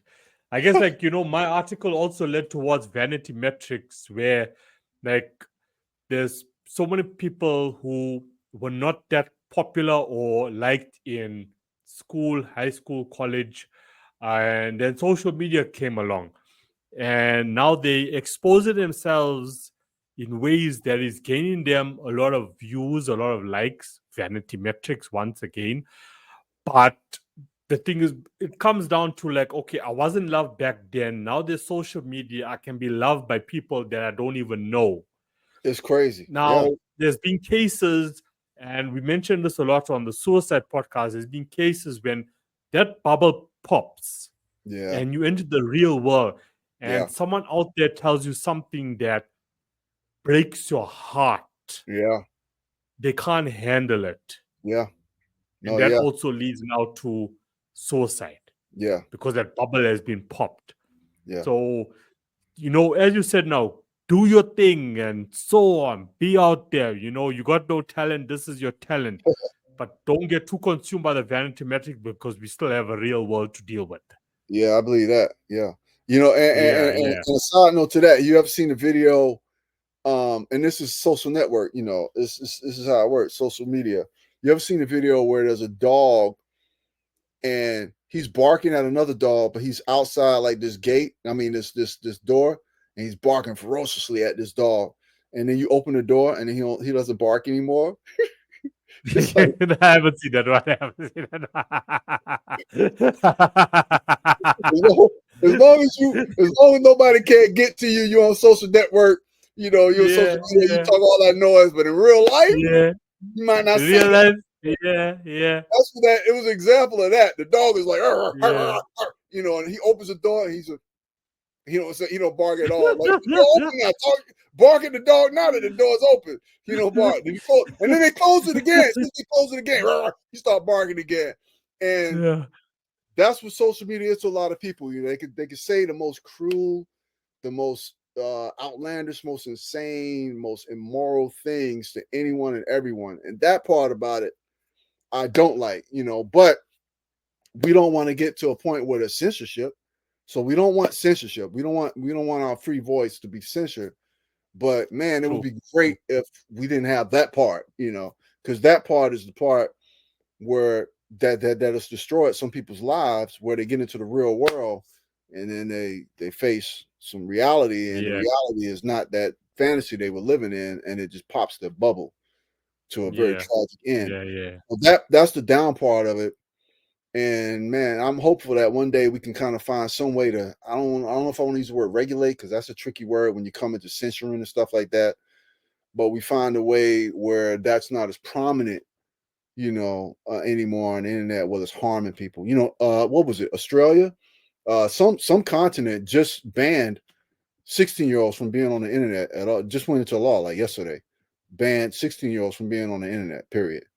I think it was Australia, and Because that's yeah, they're stopping people from self-educating themselves. yeah.